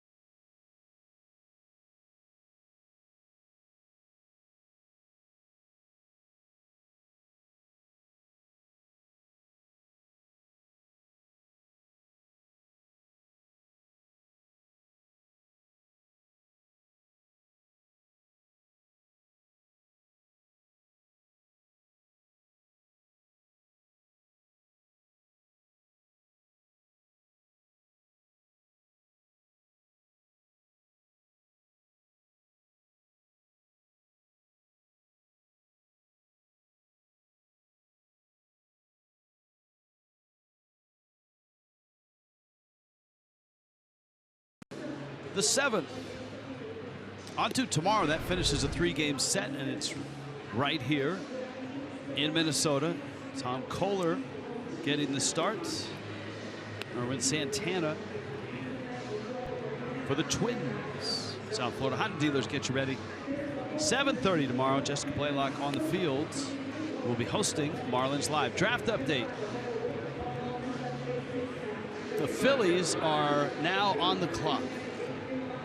Phillies have the first selection in the 2016 Major League Baseball drafts.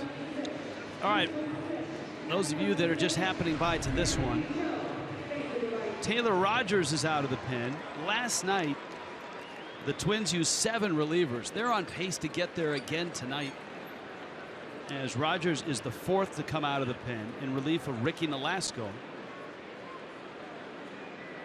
The 3 relievers that have already worked all worked last inning, believe it or not.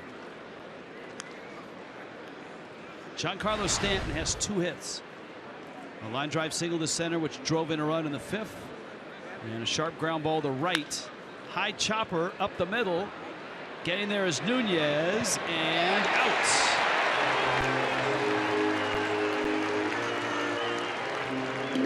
And one thing Nunez has shown this series is that he can defend. He's got range and a strong arm. We've seen him make some very difficult throws in the first 2 games of this series.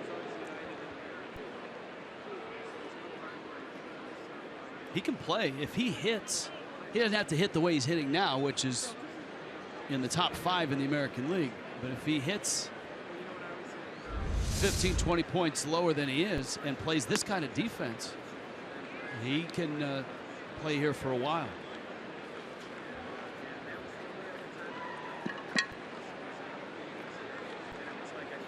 Justin Bour takes a breaking ball outside. Bour's base hit came in the 2nd.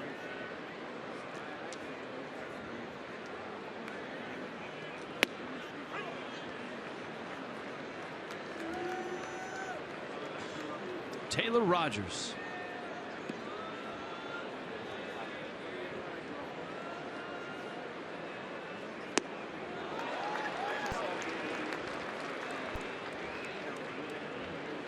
Rogers was the 2nd out of the pen last night.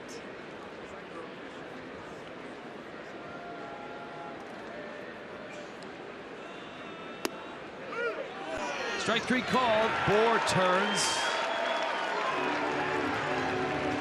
That's a perfect pitch. It has the knees and it has the outside of the plate. All-Star Game is in San Diego. That's coming up in July. Esurance MLB All-Star Game ballot is online right now. You can vote up to 35 times through the 30th. Go to marlins.com on your tablet, on your smartphone. Heck, you can also do it on your watch if you're so inclined and wired in. Dietrich.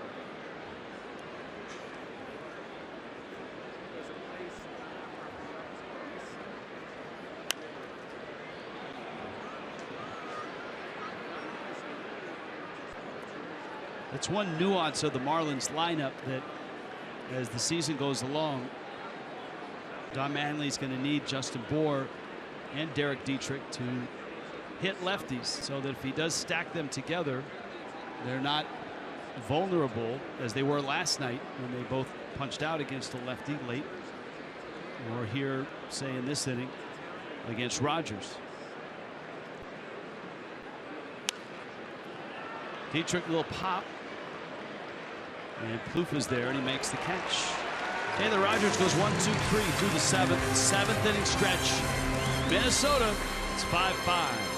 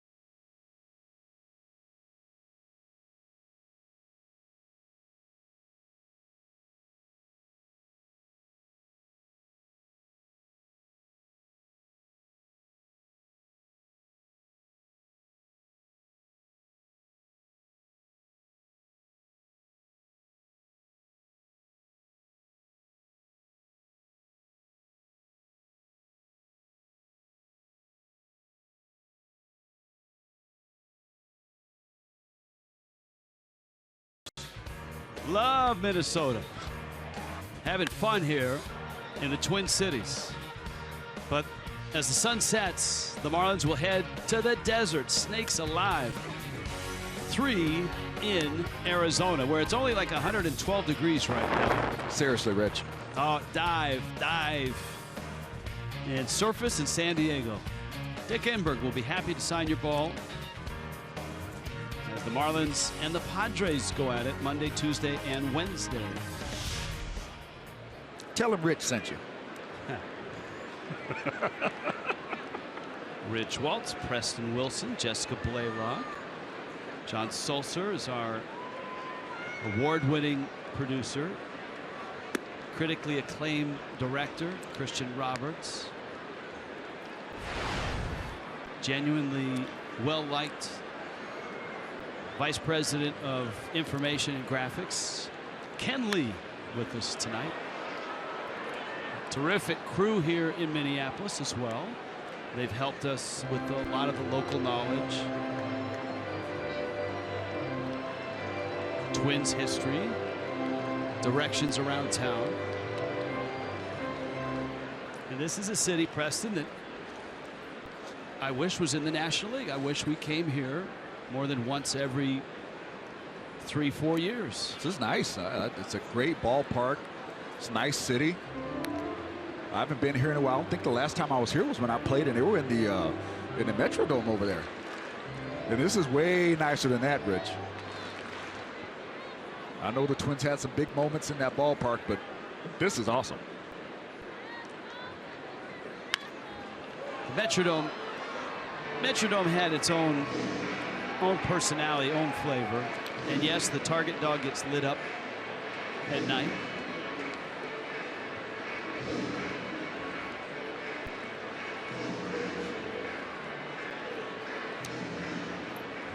The Metrodome's flavor, that the Teflon skies, the big baggy and right, fast surface.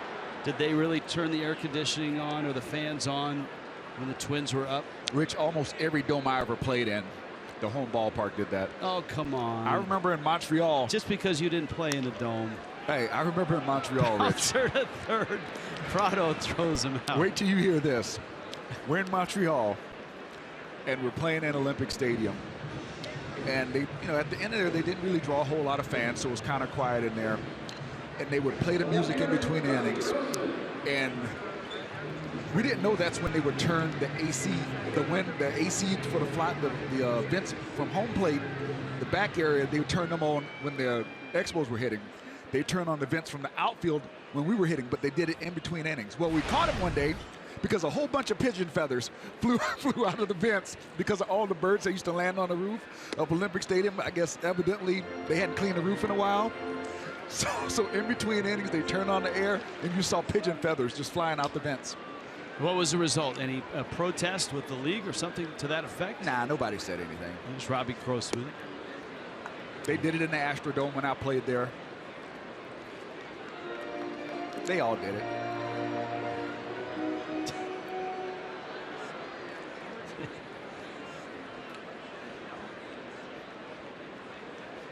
Here's a 1-1. That one fouled out of play. The other thing you remember about the Metrodome is the burned hot dogs in the press box. That was not pleasant. Right around the 6th inning, they started to really smell. And one of the great PA announcers in baseball history, Bob Casey. Fastball is in. Bob Casey, what a great personality. And he used to sit right behind home plate. You could see him in a lot of those shots from center field looking at home plate. He had that distinct way of introducing Kirby Puckett. Kirby Puckett. And no smoking in the Metrodome. That was always a staple from Bob Casey. Grossman takes strike 3 called.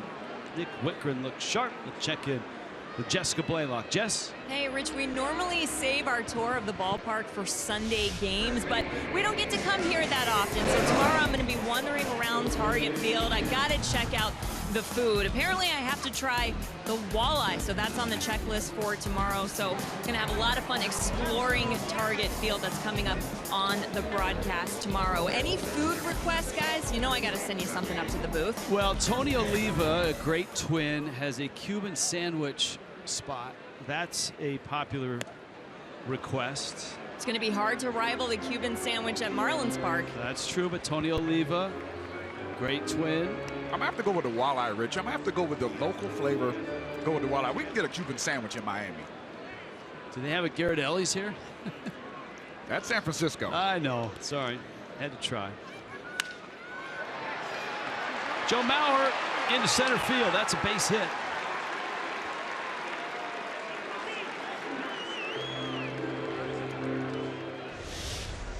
All right, how about this? Ask and you get. This is a little Tony Oliva. Yeah, that man can play, man. One of the all-time Twins greats. Was the Cesar Tovar here as well? Al Oliver. This is Tony Oliva's Cuban sandwiches. I don't know. It looks pretty good. That does look pretty good. We may have to try it just to compare, right? Well, I guess since Jess is kind of our rookie on the crew, she might just have to get get walleye and pick up some Cuban sandwiches. Preston. She has Rupert Murdoch's plastic, so. Oh, what? Order whatever you want. Oh, yeah. Mauer single has him at first with 2 outs. Plouffe, right center field, pretty well hit. Stanton goes after it, looks up, and it bangs off the wall. Ozuna's got it. Round third comes Mauer on his way home, and he will score.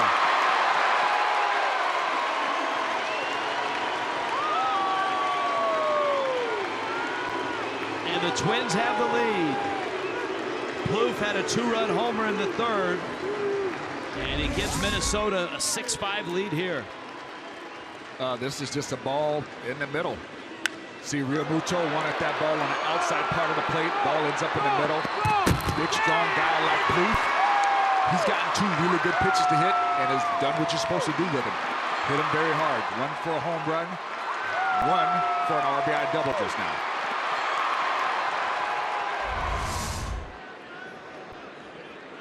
Now Dozier, who's 2 for 3.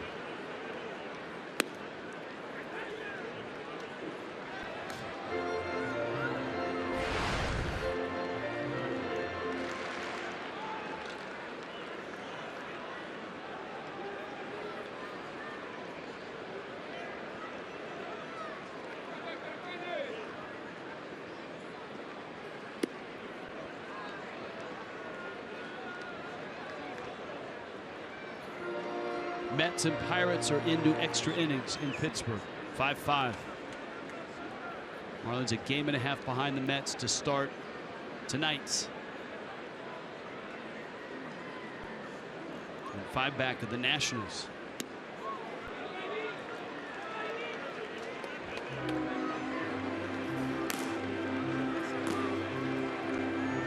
Washington still on top of the White Sox 7-0. Wickren running into difficulty here. Bottom 7.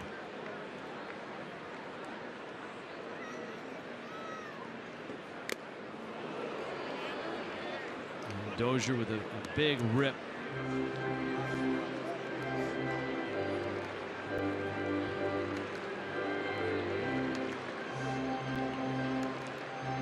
Yeah.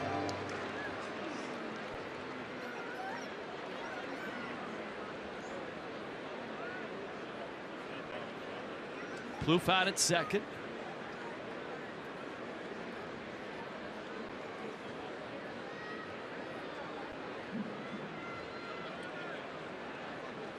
Minnesota tied it in the bottom of the 6th. They've taken the lead here. And the Marlins trying to stop this trend of being outscored by a long shot from the 7th inning on so far this year. They're minus 35 in run differential from the 7th inning on. They want a foul tip.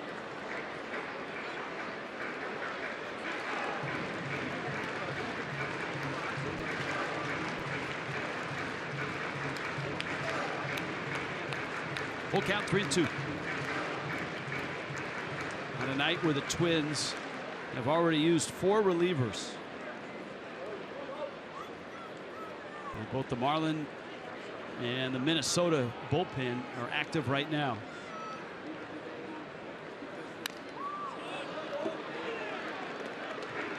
$21,527.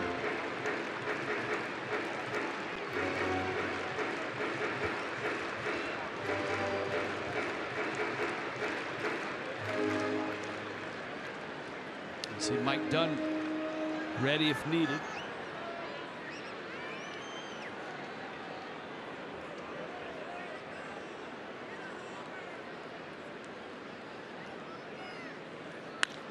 Fastball lined left center field. That's a hit. And the Twins have another run.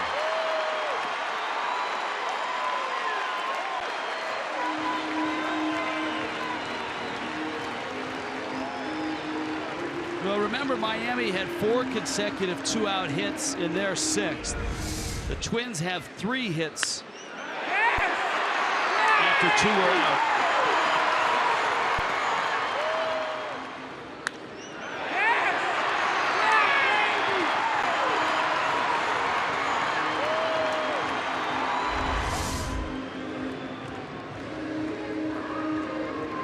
And it's back to a 2-run lead for Minnesota.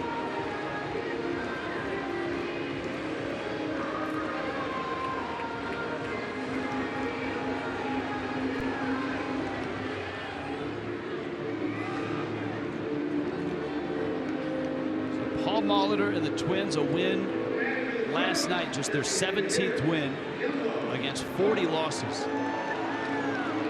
And they came from behind and erased a 1-run Miami lead in the 8th. Here, 2 in the bottom of the 7th, and now 7-5 Minnesota.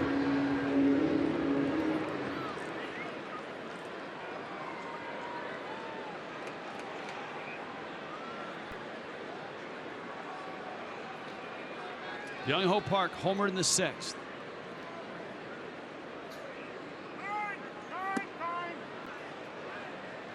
Jerry Lane, the home plate umpire, called time.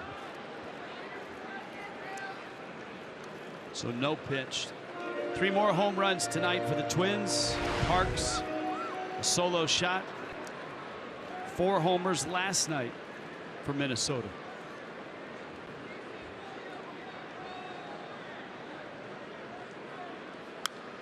Park is one of those guys where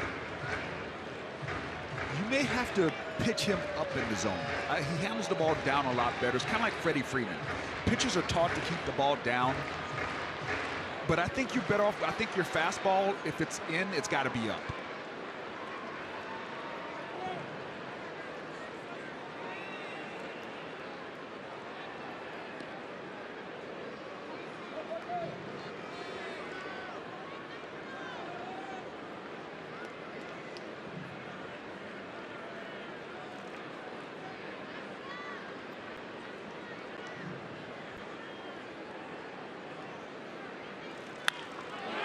That one cranked to left.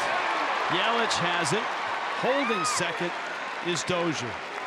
So 4 consecutive 2-out hits for the Twins. And with Arcia coming up, the left-handed bat, Don Mattingly's going to go to Mike Dunn here.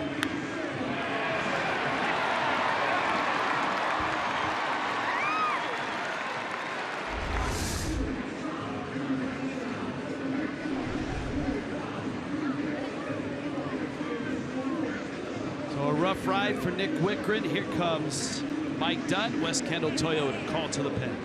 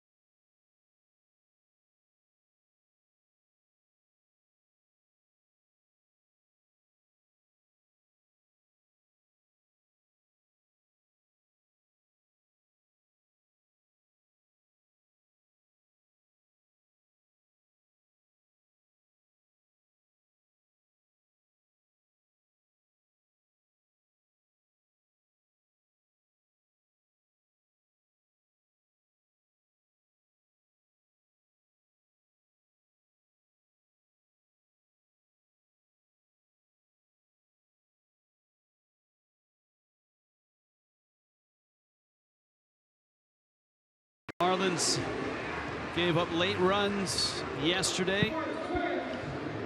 Twins won that ball game. Some late runs here. Tomorrow, things start out with Tom Kohler and Irvin Santana. It's not been a great year for Santana record-wise. The ERAs are identical. 7:30 back home for Marlins Live.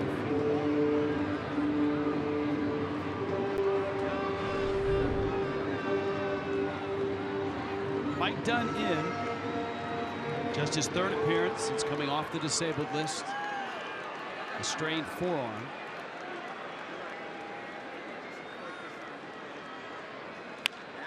That one pulled foul. 4 consecutive hits after the first 2 were out in the 7th.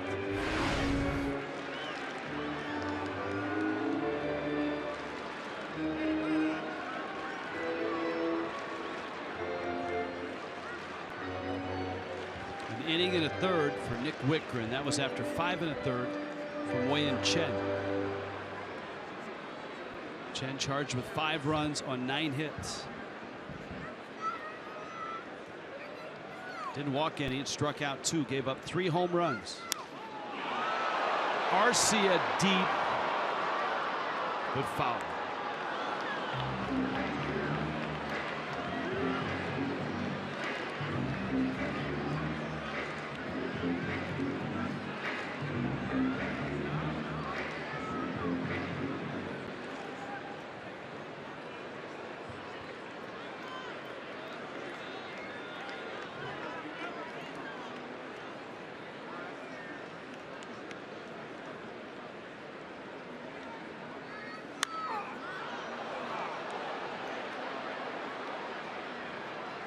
Oh, and 2.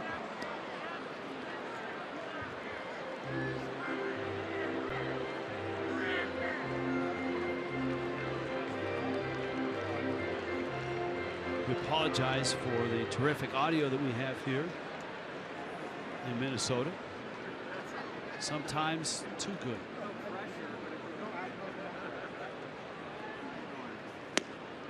Got him. Dunn strikes out Arcia. But the Twins get 2 and now lead at 7-5.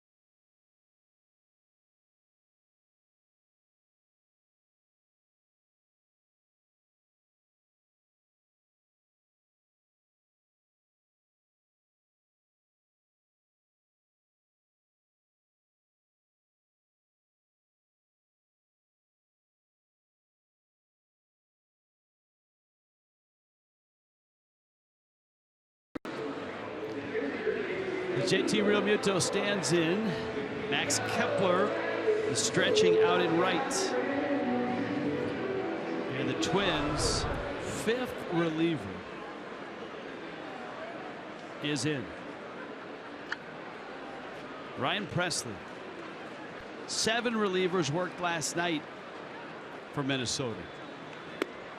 Fastball in, Real Muto to be followed by Miguel Rojas and Ichiro, as the Marlins once again have to come back against the Twins. Miami was down 4-0.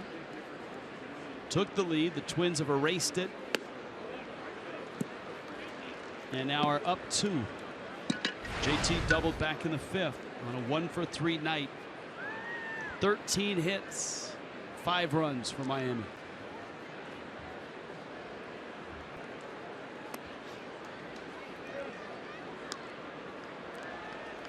If the Marlins are able to get something going, it'll be really interesting to see how Paul Molitor uses the bullpen, if he unloads everybody like he did last night. Well, he's pulling out all the stops right now. I think he's just trying to figure out how to get something done for his ball club. And when your ball club is struggling like his is, sometimes you gotta go unconventional. You know, you gotta maybe play matchup every night, keep the guys fresh, but everybody's available. They're only throwing like 10 or 10, 15 pitches. Some guys less. I mean, he had a few guys the last night tonight that threw about 5 pitches and they're out of the ball game. Yeah. Well, Michael Tonkin, a 1/3 of an inning. Buddy Boshears, a 1/3 of an inning. Trevor May, a 1/3 of an inning. Taylor Rogers, 1 inning. And now it's Presley against Real Muto. Bouncer up the middle. Nunez got him. Eduardo Nunez has played the heck out of shortstop these first 2 nights. I think his arm strength is something that goes under the radar. That's a strong arm on a spin play, and it's on target. And you couple that with the plays that he made last night, going in the hole towards third base, throwing off balance, throwing that perfect one hopper to Joe Mauer over there. He's solid.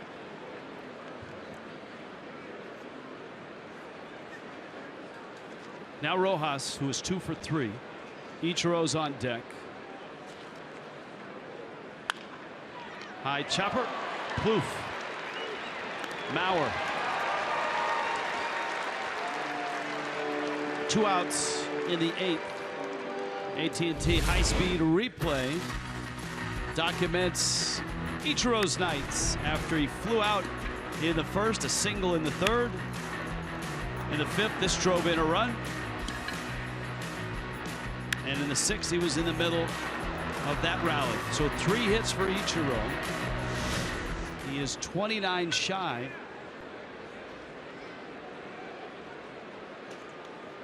of 3,000.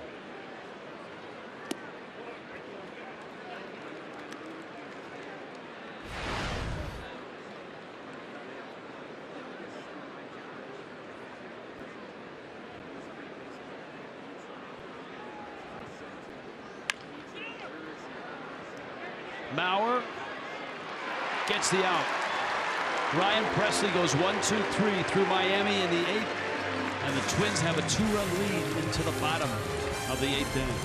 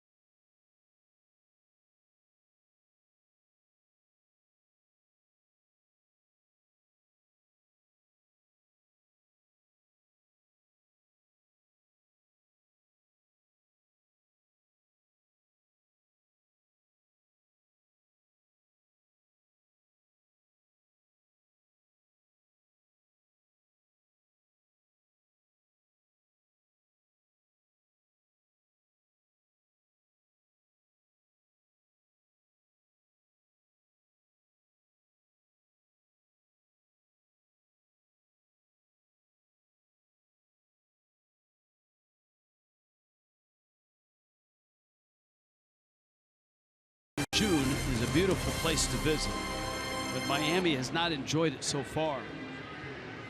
Marlins lost a late lead yesterday, and they trail here in the bottom of the 8th. You can follow the Marlins or your favorite Major League team all season long with the At Bat app. Go to the App Store now. Live on your phone and tablet, even your watch, you can keep in touch with the Marlins and Major League Baseball all season long. StatCast, features, breaking news, scores, all of that. And even a bio on Brian Ellington, who has made his way back to the big leagues after opening in the minor leagues last year, his Major League debut. He had a really nice season last year, 23 games, an ERA of under 3, and a 2-1 record. 25 innings in relief. Made his debut in early August. Out of the University of West Florida. And a fastball. And he's got a good one. You see the gun at 99. He's inside to Kurt Suzuki. Byron Buxton. Eduardo Nunez for the Twins in the 8th.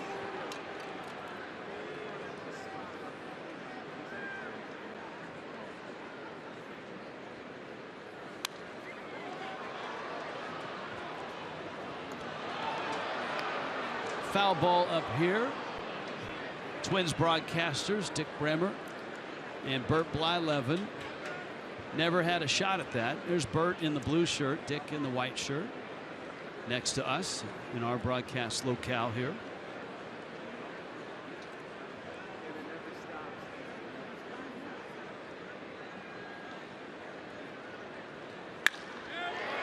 Liner into right center field, and that's in.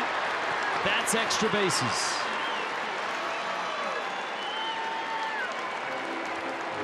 And the Twins have 5 hits in their last 6 at-bats against Miami's bullpen.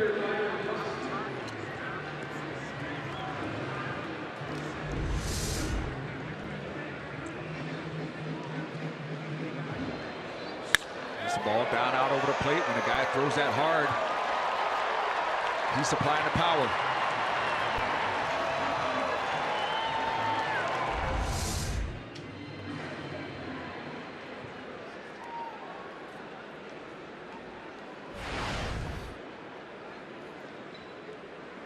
Now Buxton. 0 for 3 tonight. Shortens the bunt. Ellington gets it and gets the out. Buxton can really run. Sacrifice is successful. And now it's Ellington against Nunez with a run in the balance. Miami will have Prado, Yelich, Ozuna, and if anybody reaches, Stanton.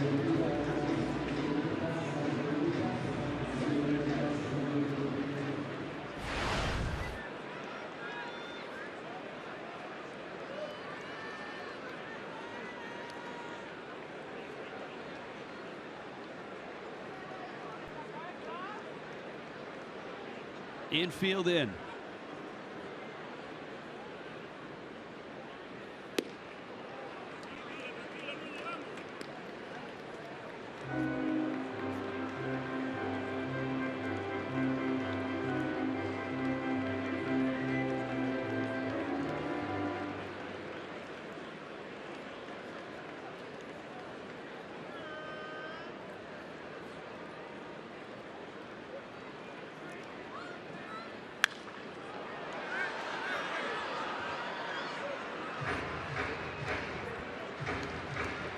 That is Brandon Kinsler in the Twins pen. Kevin Jepson has been closing, and it's not gone well for him. Kinsler with better numbers, somewhat.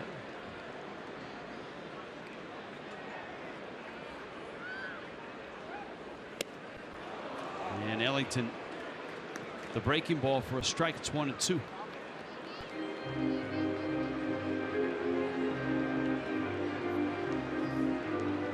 Well, Nunez's eyes lit up when he saw that. Just couldn't quite stay back enough.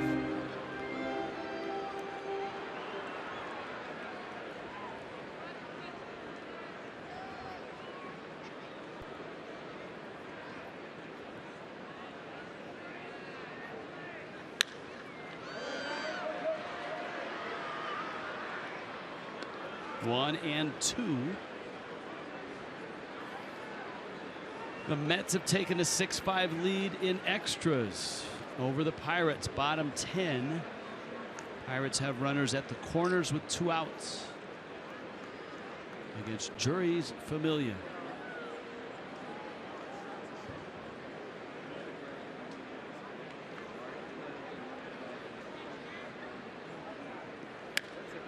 Jam shot. Bohr got a chance, and it's just beyond his reach.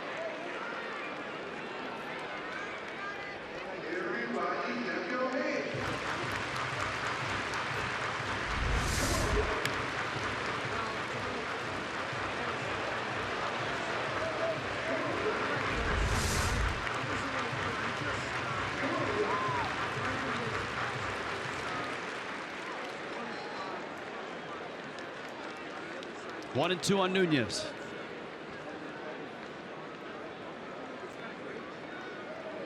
Nunez trying to get something through a drawn-in infield.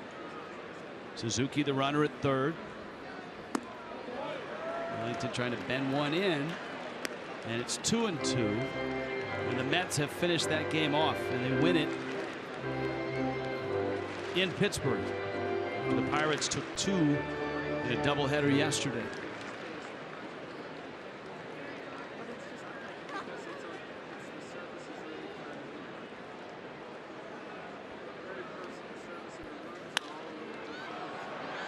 In the air, and that shallow, actually, yes, shallow center.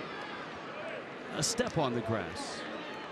Rojas makes the catch. That's about as shallow as you can get, right? He throws so hard that, I mean, even you think you take a good swing on it and the ball just beats you.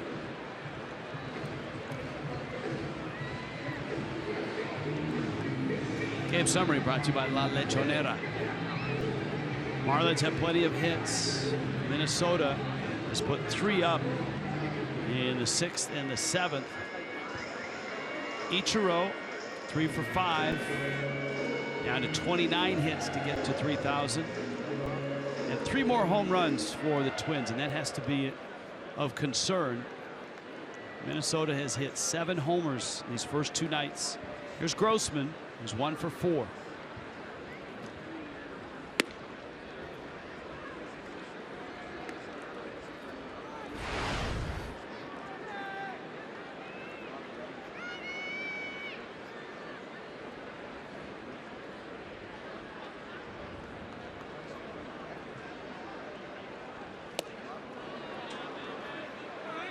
That's a good pitch. That's a good changeup from Ellington.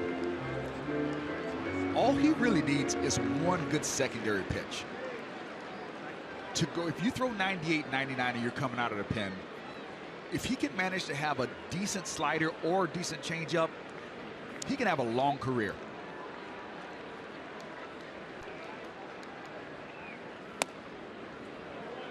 And I say decent because he's already got a plus pitch. His plus pitch is his fastball.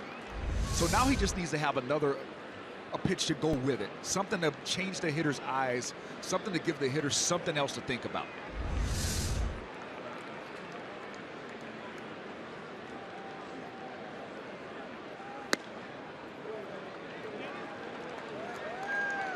One of the things the Marlins wanted Ellington to work on to start his 2016 was control. And he was just starting to turn that corner when the Marlins called him up. 21 games, 23 2/3 innings, 31 strikeouts, 18 walks. Well, he looks like if he's going to be off, he's off to the arm side, to the third base side of the plate. And it's kind of telling because a lot of pitchers that fight that will move further towards first base on the rubber to try to get themselves more in the strike zone without having to change anything mechanically.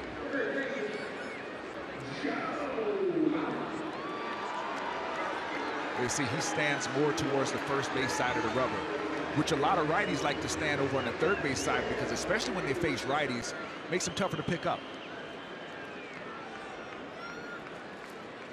Suzuki still over at third base.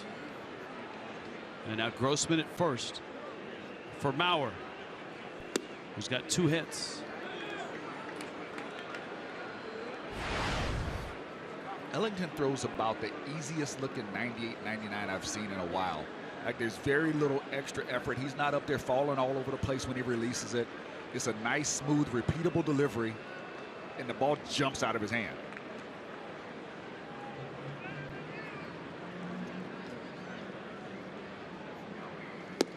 Brian, a guy that really didn't get going until later in his college years at West Florida.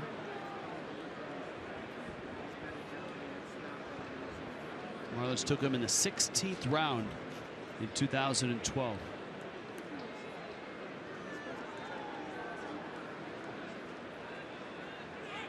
Runner goes. Mauer clubs one foul.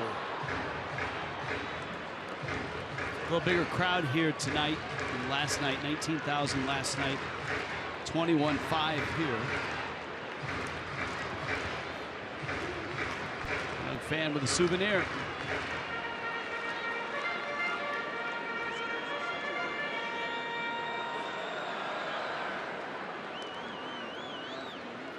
That's right. Show it off. That's a cool, cool moment. Sharing that with a couple generations of fans and family.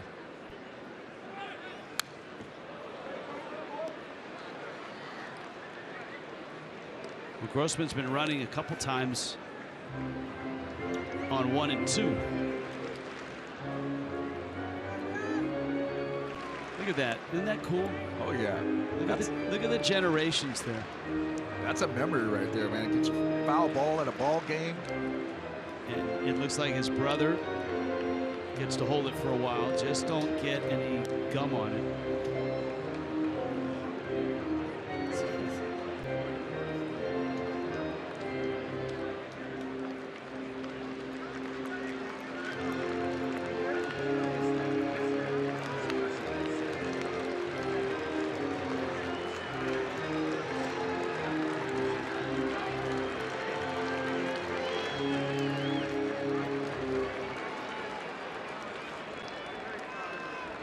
Still 1 and 2. Good battle here.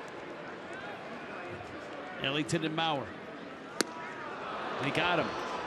Change up. 91-mile-an-hour change up. Marlins have work to do going to the 9th. Down 2 in Minnesota.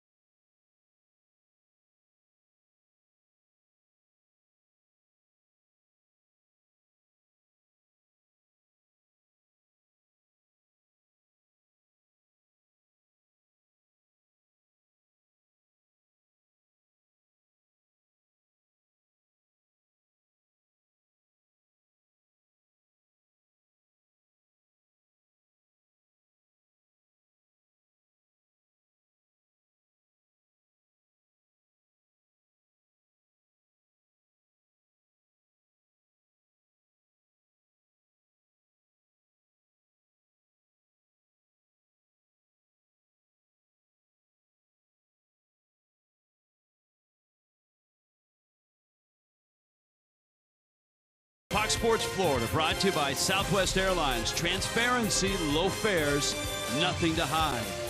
By Dodge, visit Dodge.com or your local dealer today. And by your South Florida Honda dealers.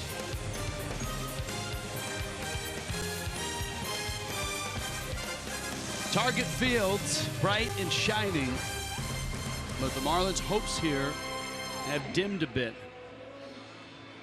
A one-run lead for the Fish erased in the 6th. Here's Brandon Kintzler, and then the Twins getting a couple in the 7th. Kintzler getting an opportunity to try to save this ball game.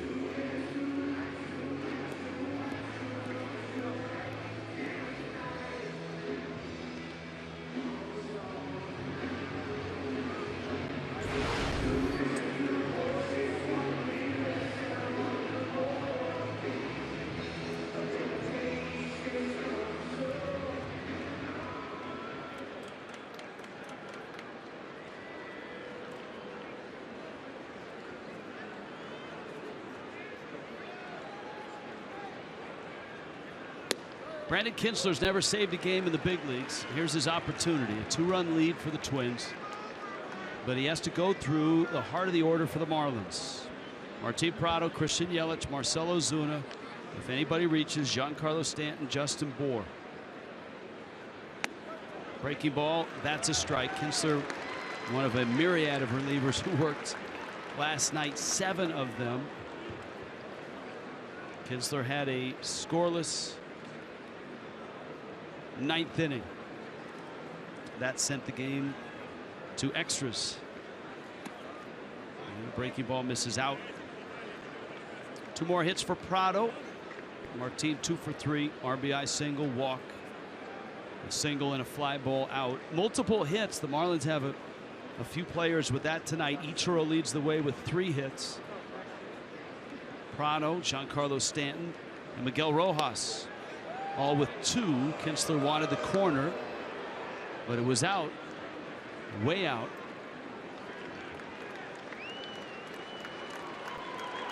Two and 2. Yeah, that's a good way to get on Jerry Lane's bad side right there when you want that pitch. 35 minor league saves, none in the big leagues. Oh, goodness. Nice catch. But the gentleman then took a header. Did he get the ball? Watch this, press. All right, he surrounded it, and then He held on. he did. 2-2. Ball's down low. We'll count 3 and 2. It's a series that has seen 7 home runs hit already. The problem is for the Marlins, all 7 have been Twins homers.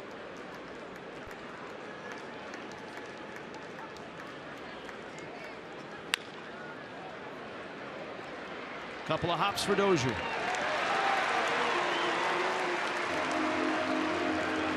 And an out for Brandon Kintzler. Now Yelich. Kintzler out of Las Vegas.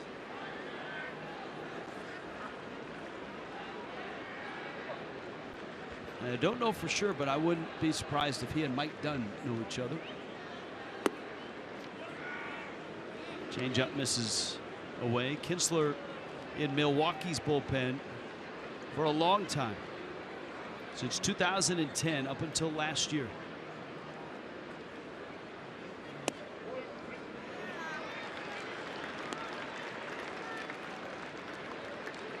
Ball and a strike. Yelich singled in the 6th.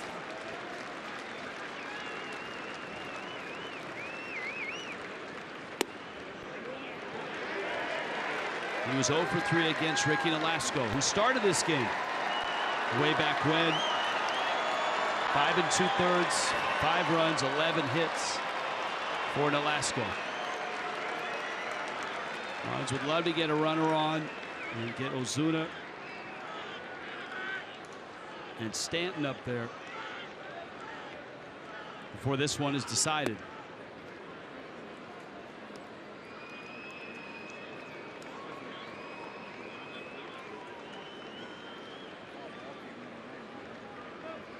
Got to get something going. Got to get a base runner here somehow.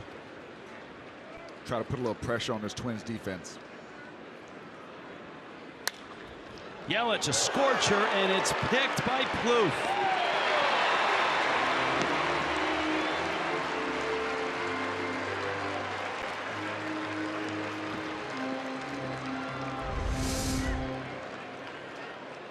Well, that was just a reaction, and a good one by Plouffe. And so here is Ozuna. Miami's down to their last out. 102 miles an hour at the feet of the Twins' third baseman. Yeah, when you're a defender and the ball's hit that hard, you want to play it, you want to catch it, but if you don't play it, you just hope you can knock it down and it stays close to you, because the base runner doesn't have much time when the ball comes off the bat 100 miles an hour to get down the line. Strike one to Ozuna.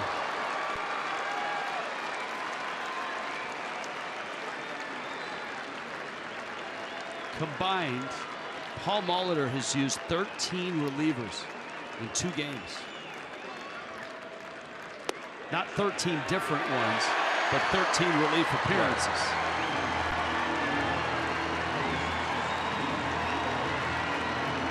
And it worked last night, and it has worked tonight. So give him credit. 0-2 to Ozuna.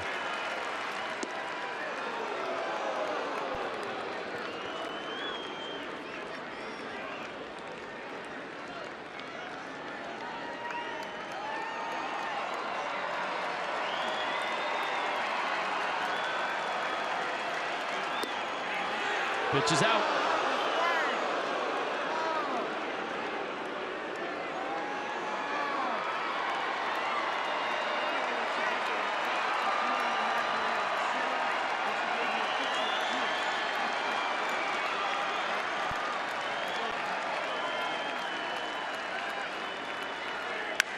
Fastball cracked into right center field. That's a hit. Buxton over to get it. Ozuna holds it first. And Miami's not done yet. Here comes Stanton. With Ozuna at first. And 2 outs. You could tell Ozuna was seeing the ball really well that at bat. The fastball that he took that was off the plate before that base hit, he took it so comfortably.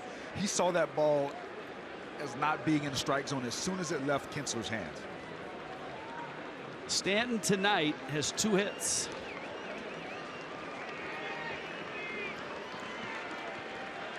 Couple of singles.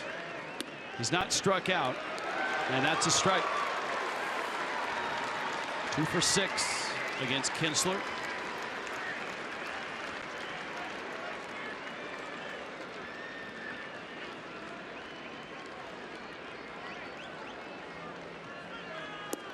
Ozuna's going to take second. No stolen base.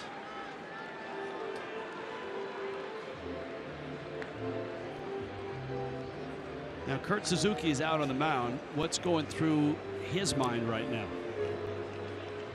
Well, right now he's just saying, look, first base open now. You don't have to give in right here if you don't have something you like as far as pitch selection, as far as being in ahead in the count. There is a lefty up in the bullpen. That's Abad. Stanton takes a rip at a fastball. 1-2. Front side just came off this ball way too quickly.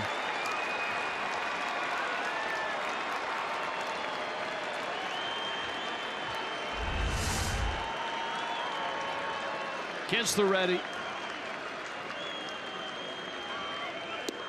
And he chased. And the Twins have won the first 2 of this series. Minnesota came into this series with a record of 16-40. And they've beaten the Marlins in 2 tight ones. In extra innings last night, in regulation tonight. Cricket presents something to smile about. And the Smiles right now are wearing navy and red. The Minnesota Twins win again tonight. And the song that they play before the game rings true. We're going to win, Twins.